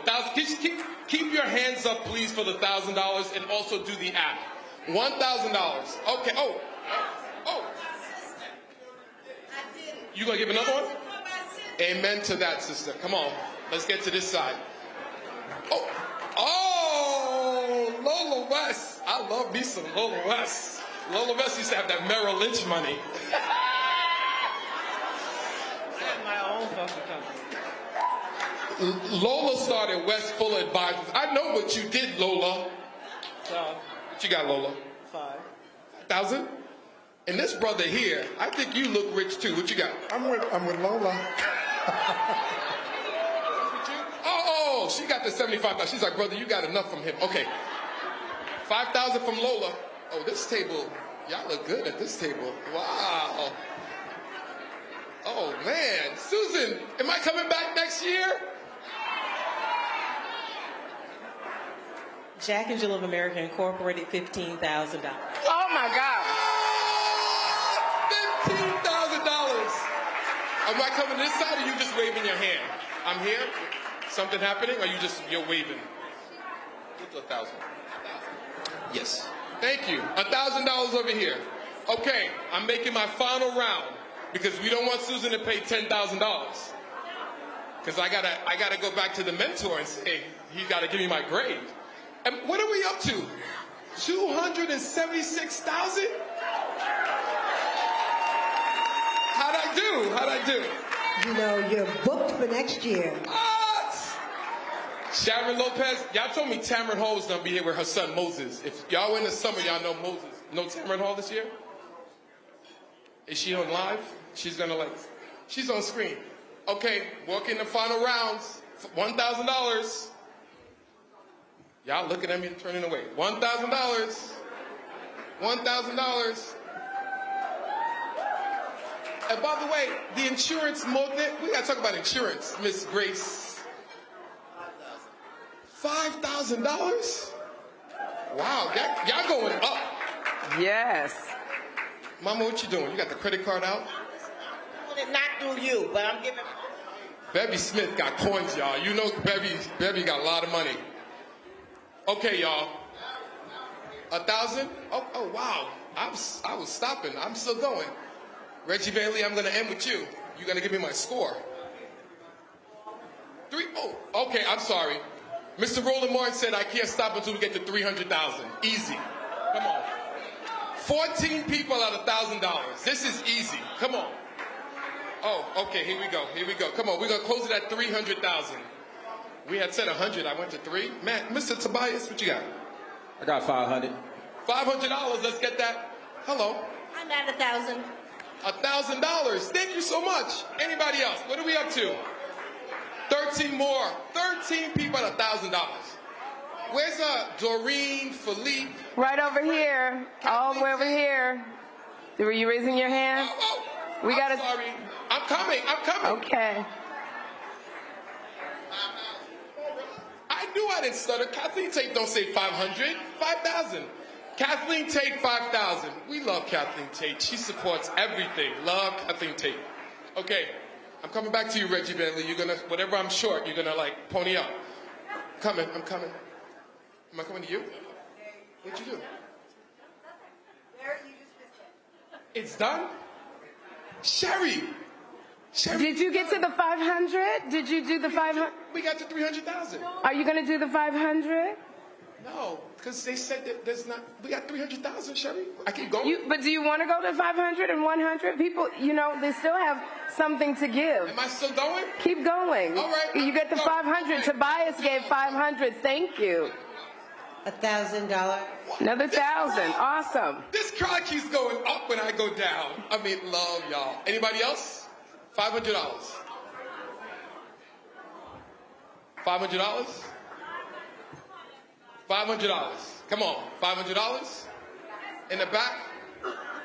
Did I miss brother interior designer to the stars? What you got? Where's Doreen and Philippe? Where's 500 right here. $100. Anybody else? In the back? Did I leave anybody out? You want to feel left out? You want to say something on the mic? Going once? Going twice? Wait, I gotta end. Sherry, I'm coming. I just gotta end with the mentor. I gotta get my grade. You have to go to don't forget the hundreds as well. $100? $100. You can do it on the app. Oh, wait a minute now. We need silence. The mentor is approaching the mic. How did I do? Good job. We've got to get out of here in time, so I'll get us to 300, whatever it takes. Well, it's not that much. We're at 300,000? Yes, done. Wow. Thank you, y'all. Thank you, everybody. I really, really appreciate it. Thank you. Woo, Reggie. Will you give Reggie a hand? So, Sherry, will you invite me on the show now? Can I come to the show? Can you come to the show? After I get a paycheck, yeah. Absolutely. I've never heard an auction begin with a prayer. That's how you do it, Reggie. Because you can blame it on Jesus. I love it. Thank you, Reggie. We made it to $300,000. Give yourselves a hand. Nothing is too big and nothing is too small. This is so wonderful, and your support allows CARES to sustain and grow this love movement, this healing movement, this movement for transformation that tonight's honorees have embraced. And the National CARES Mentoring Movement's North Star Award is named in recognition of Harriet Tubman, our great ancestor who envisioned freedom for all, and she drew upon everything that she had to help make it so. And it is in Harriet Tubman's name that National CARES has presented the award only sparingly and with great consideration. The North Star awardees hail from the many parts of the beautiful expanse of our community. Yet to a person, they are dynamic, determined, and brave visionaries whose deep love for humanity forged ways forward for the many. Now this year, these honorees are all women. Yes. Women of courage, women who, in the great tradition of our ancestors, navigate difficult terrains, smoothing them out for those wise enough to follow their lead. Now this year's honorees, empire builders, wealth creators, and institution shapers are women of compassion and courage. Dr. Trisha Bailey, Susan Taylor Batten, and Grace Vander Cruz. I am so filled with pride, having been given the ability to introduce them all to you here and all of you who are with us online. And I will begin by speaking her name, Dr. Trisha Bailey. Not yet, not yet. Dr. Trisha Bailey, author of Unbroken, the incredible story of her journey from a childhood punctured by pain and poverty, like so many of the children CARES serves. She was once, as a young woman, beaten so badly that she was left comatose. Now that's hardly the lead-in that you'd expect for a woman who, despite all of that harm, became a track star at a D1 school, UConn.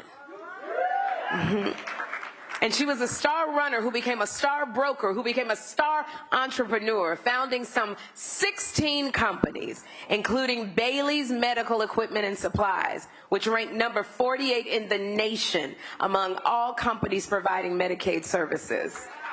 And don't even let us get to the properties that she owns and the 46 pharmacies that she has opened. Today, this empire builder, this real estate mogul, this sister has her own plane. Ladies' night.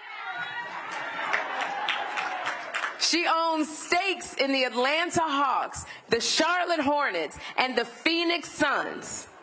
Trisha Bailey donated the largest sum ever to UConn's athletics department, and a building is in construction in her name.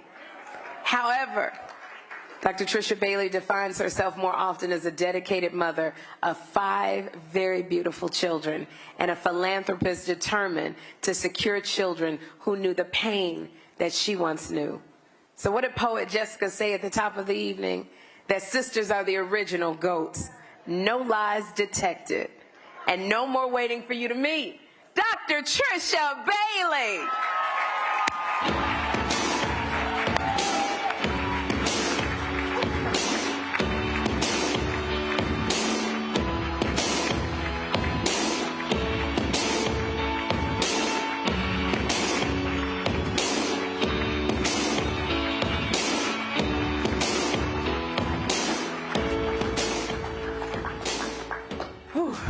What an amazing honor.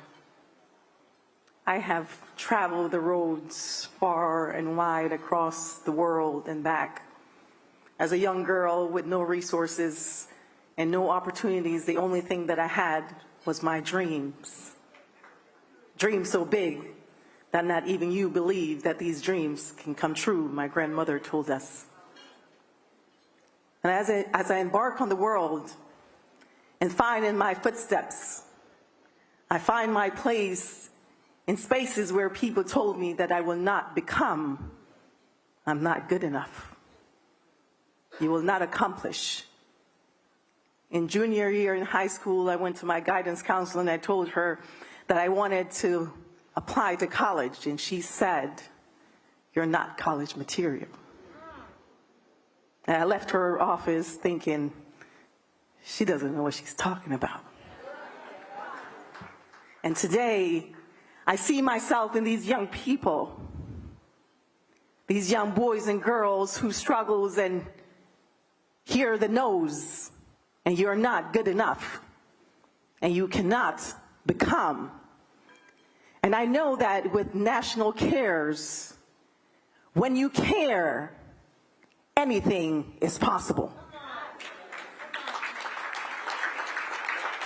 You create a world of opportunities for yourself and others, and the Barack Obamas of the world are being developed in national cares. The Oprah Winfreys, the Susan Taylors, the Trisha Baileys are being developed.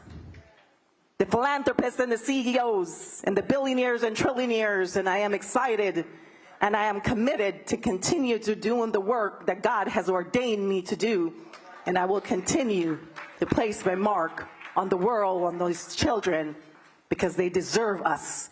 They deserve to be cared for. Thank you.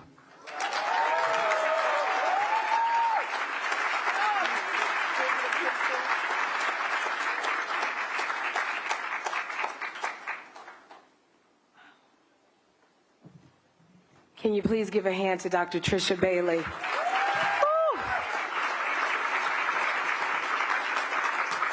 Oh my goodness. I meant it on that plane, Trisha Bailey, the ladies' night. Can we go? Now, let me tell you about this next fierce sister, Susan Taylor Batten. She began serving as president and CEO of the Association of Black Foundation Executives in 2009. The association was founded in 1971 as an all-volunteer membership organization during the height of the Black Power movement, when many will somebody help me with that word, please? Philanthropies. I probably could say that word better on a plane, a private plane, drinking some champagne, girl. Philanthropies that once had supported the civil rights movement waned. ABFE took on the work of centering the needs of Black communities and working with resource institutions and people to do likewise. There are lobbyists on the philanthropic hill. And 50 years later, in 2020, when a new generation of young activists called the nation to a reckoning with itself about the racial harms that ended too many Black lives out of season, Susan Taylor Batten was there in the trenches, encouraging people of means to provide support to young people who were literally risking their lives to ensure the lives of others. But that support took a giant step back only a year later, as the nation became further divided and the voices and power of those who opposed diversity and inclusion guardrails took hold. Black activists were being regularly threatened and terrorized by people who use social media as a weapon. Susan Taylor Batten was one of their targets because when key supporters started pulling back, she doubled down on the mission to ensure transformative investment in Black communities in need.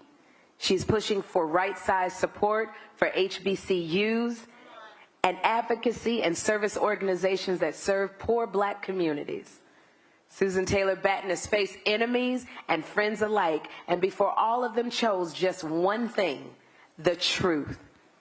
This is hard work, work that was done from a place of pure love and advanced by a rare kind of courage that often goes unnamed and unnoticed, but changes the lives of people, including those who are members of ABFE, ensuring their emotional and spiritual wellness during healing retreats, so that these first responders are able to keep going even during the darkest of nights.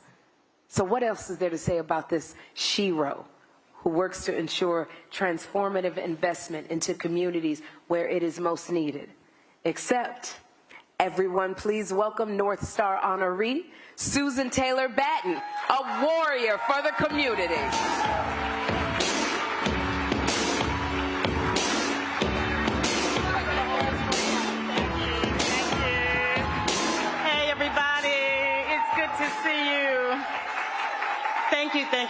much for this recognition. I am a bit overwhelmed.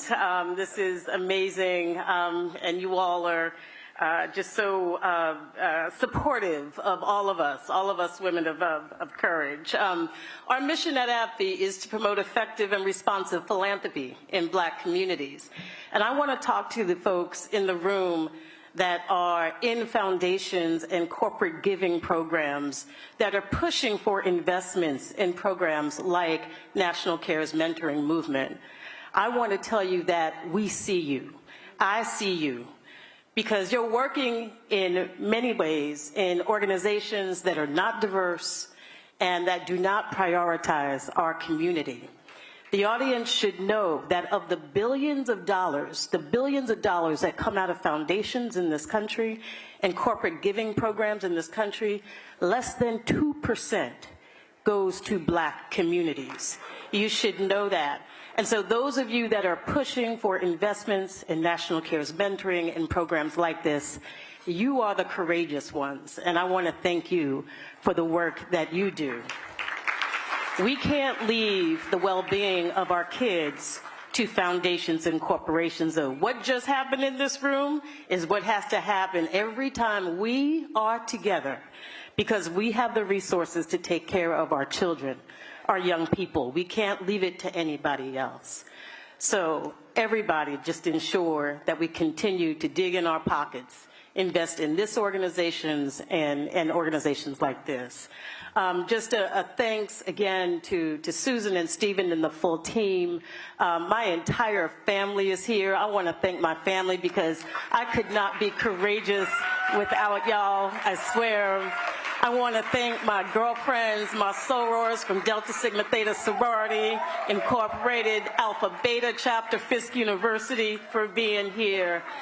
I want to thank my friends from AbbVie, my colleagues as well. And most importantly, I want to thank that gorgeous man over there, my husband, Bob Batten. And simply put, Bobby, without you, I could not be courageous. Thank y'all. Thank you very much.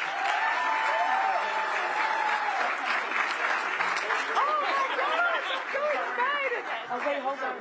Oh, right here.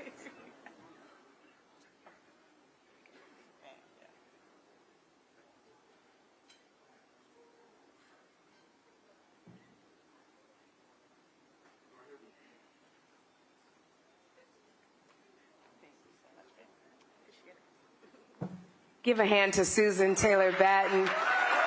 You're absolutely incredible, sis. We're so grateful for the work that you do and the dedicated woman that you are. So thank you, Susan. And now I am honored to turn you over to Grace Vandercruz. A woman who literally does it all. The wisdom, choices, and faith it took for you to achieve all you have is beautifully captured in your powerful book, Homeless to Millionaire, that not only tells your own story, but provides critical financial advice to your readers. But let me share with y'all just a little bit about Miss Grace, who is a licensed sailor and a top-tier mountain climber. I know you heard it right. She climbs mountains. She has scaled some 25 peaks across the globe. Get to the top of Kilimanjaro? Oh, she already got that. Sail the oceans wide? No problem. Start your own financial services firm? Why not? Thought this former investment banker who founded Grace Global Capital. Grace Vandercruz has facilitated more than $25 billion in insurance transactions. This is an area, yes, give her a hand, $25 billion. And this is an area of finance that is deeply personal to her, because as a young woman in a family of 9, where there were more mouths than money, she knows how good insurance might have kept her family from having to live in a shelter after a devastating fire destroyed their apartment. Grace emerged from that difficult period ever more determined to rise, literally phoenix-like. She earned her MBA from the Wharton School of Business. Then she soared into the financial services industry, and she made it her mission to help vulnerable families, the steepest mountain our nation has to climb. So Grace, come up here and tell us your secrets. Mrs. Grace Vandercruz.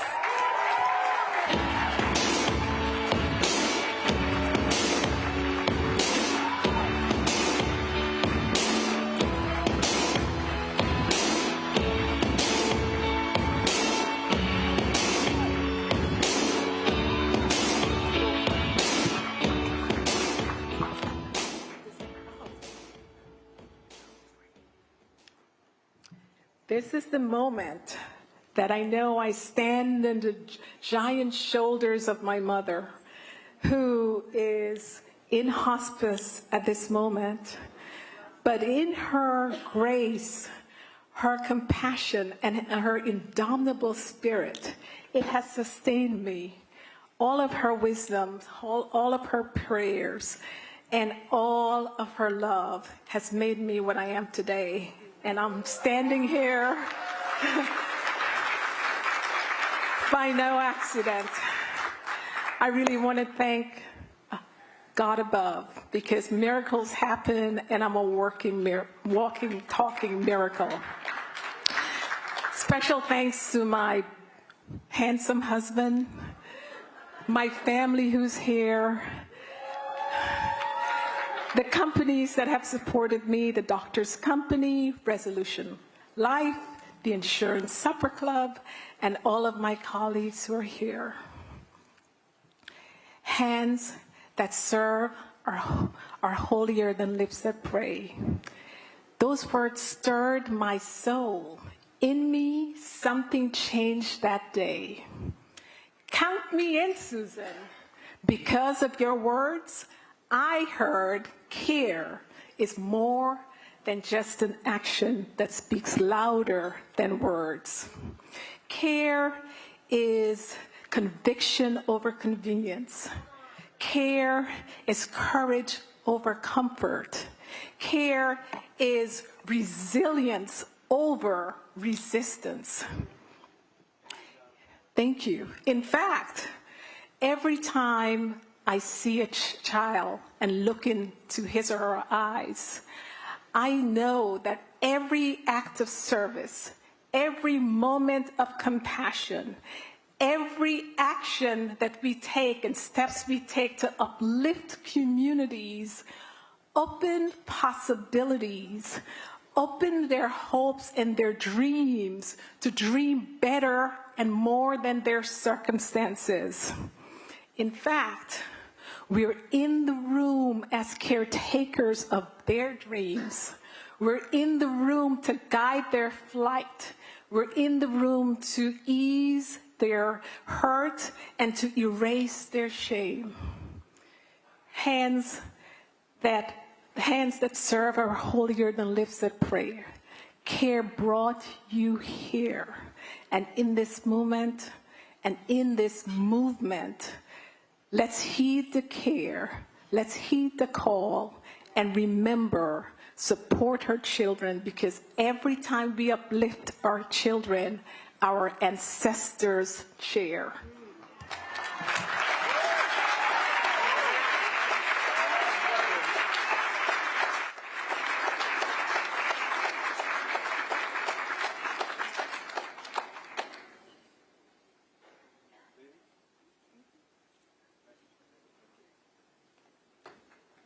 Please give a hand to Grace Vandercruz. Grace, thank you so much for bringing all of your gifts and your brilliance and all you do to this sacred work of caring for our children.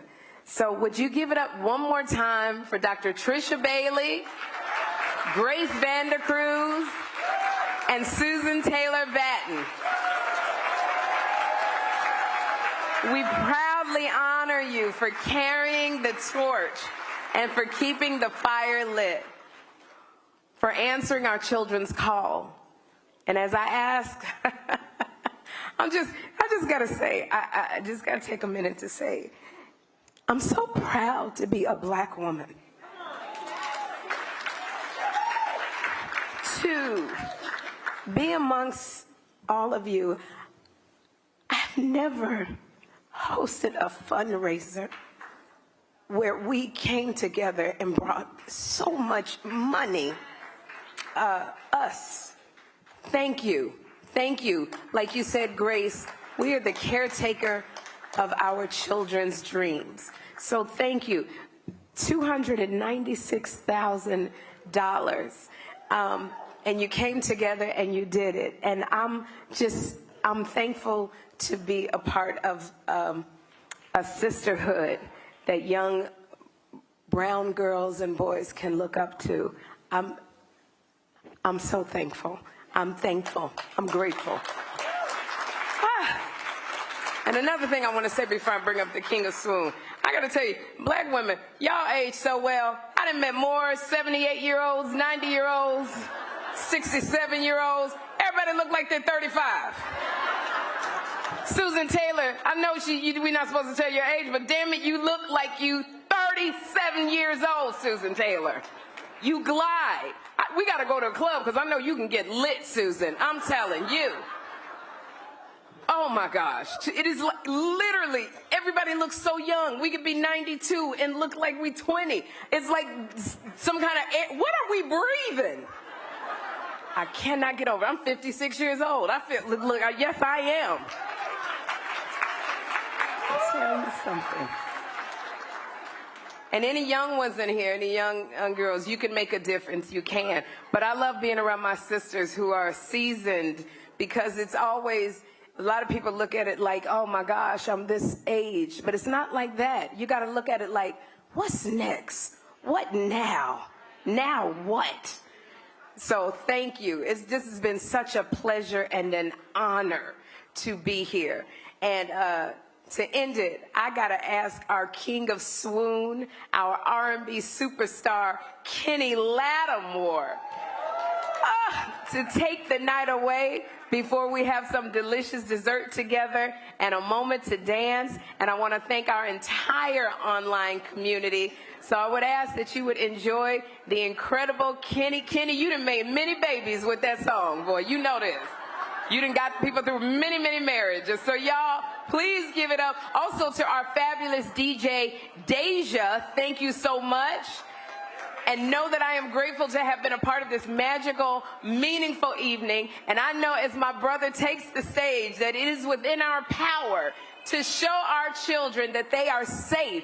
As Susan reminds us, they are safe in our care. Now, Kenny Lattimore, get up here and do what you do!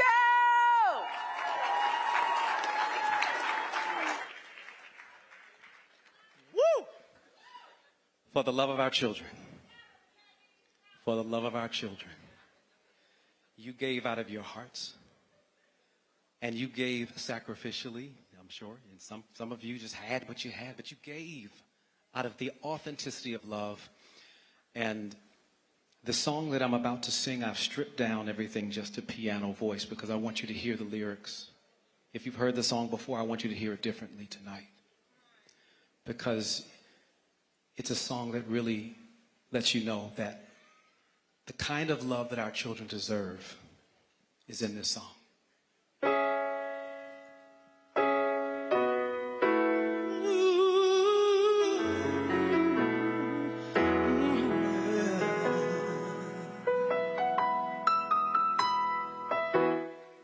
For you, I'd give a lifetime of stability. Anything you want of me. Nothing is impossible for you. There are no words or ways to show my love or all the thoughts I'm thinking of. 'Cause this life is no good alone. Since we've become one, I've made a change.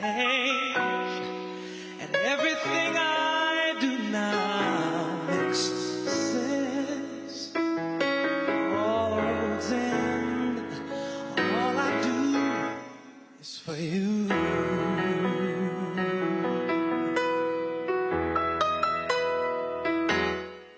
For you, I share the cup of love that overflows.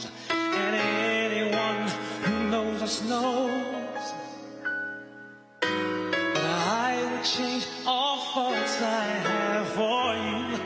There is no low or high or in between of my heart that you haven't seen. 'Cause I share all I have, and then nothing I've said is hard to understand. And all I feel deeper still, and always will. See, all this love is for you.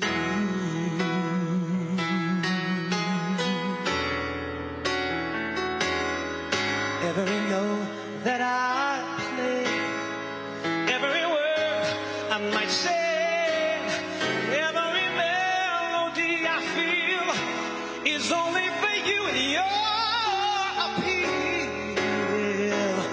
Every page that I write, every day of my life would not be filled without the things that my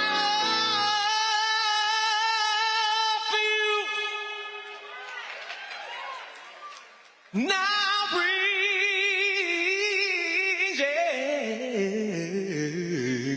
yes.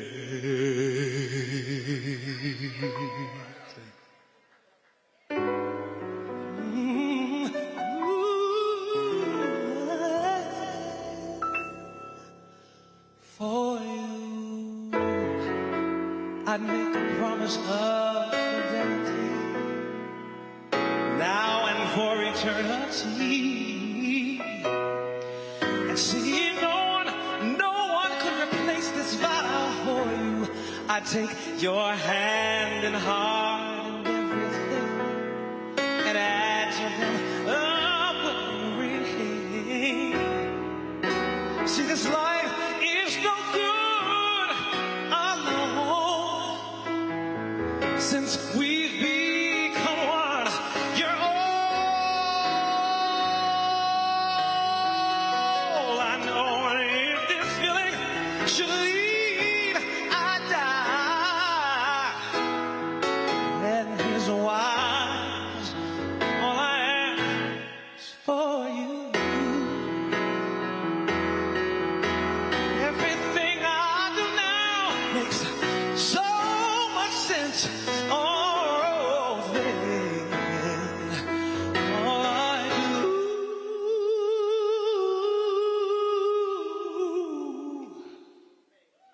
is for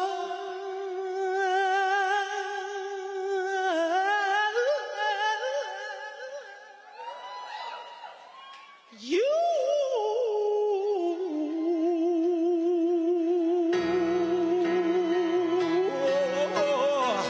Only for you.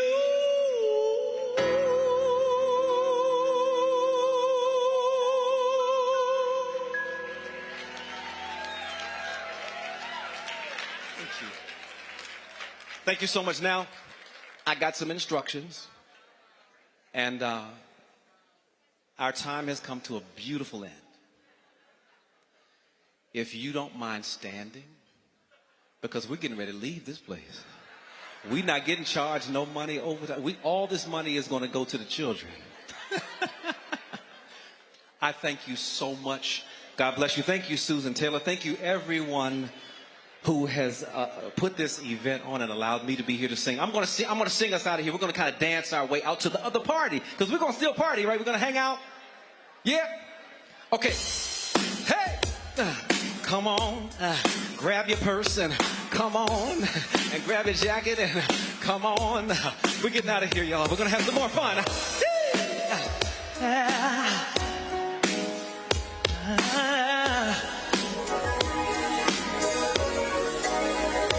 What a good feeling to know that I got someone so perfect. It's like paradise still in a minute. So let go of your worries tonight. Yeah.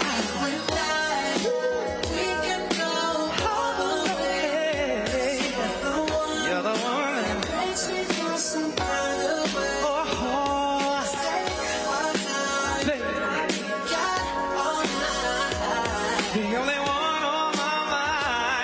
Girl, if you're ready, you can love me. Yeah. Love, love me as much as you want, baby. Yeah. Love me all night long, girl. Yeah. I know that you will love me. Oh, I must be in heaven. I'm convinced that it don't get no better. With you is something I will never. Baby, I cherish every moment in my heart. I know that you and I, no doubt about it, girl. Some kind of way, babe, some kind of way. Our time. With every thought in my mind, I know that you love me back. Yeah, yeah. Love me back. Love me back. Love me back, baby. One more time. Love me back. I know. I'm from DC. We do a go-go thing, you know. So can we? Come on. Here we go. Come on. Here we. Hey, come on. Woo. Here we. Oh.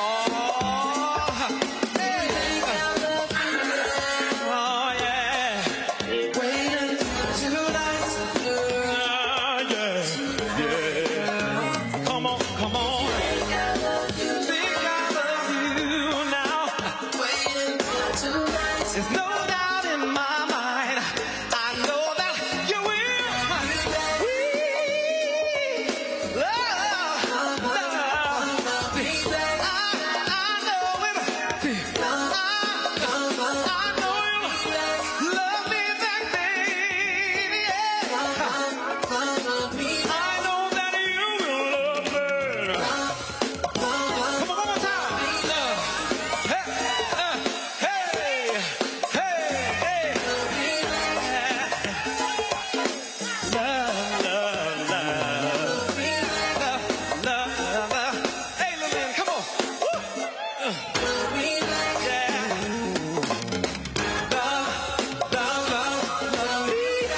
Okay, come on, y'all. Let's get out of here. Come on, let's go.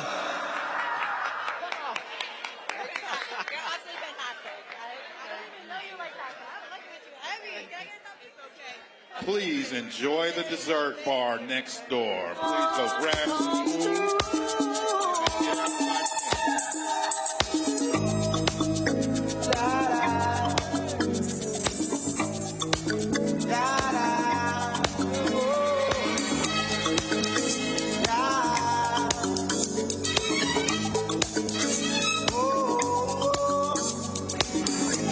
Well, my friends, the time has come. Raise the roof and have some fun. Throw away the work to be done. Let the music play on. Everybody sing, everybody dance. Lose yourself in wild romance. We're going to party, caramba, fiesta, forever. Come on and sing along. We're going to party, caramba, fiesta, forever.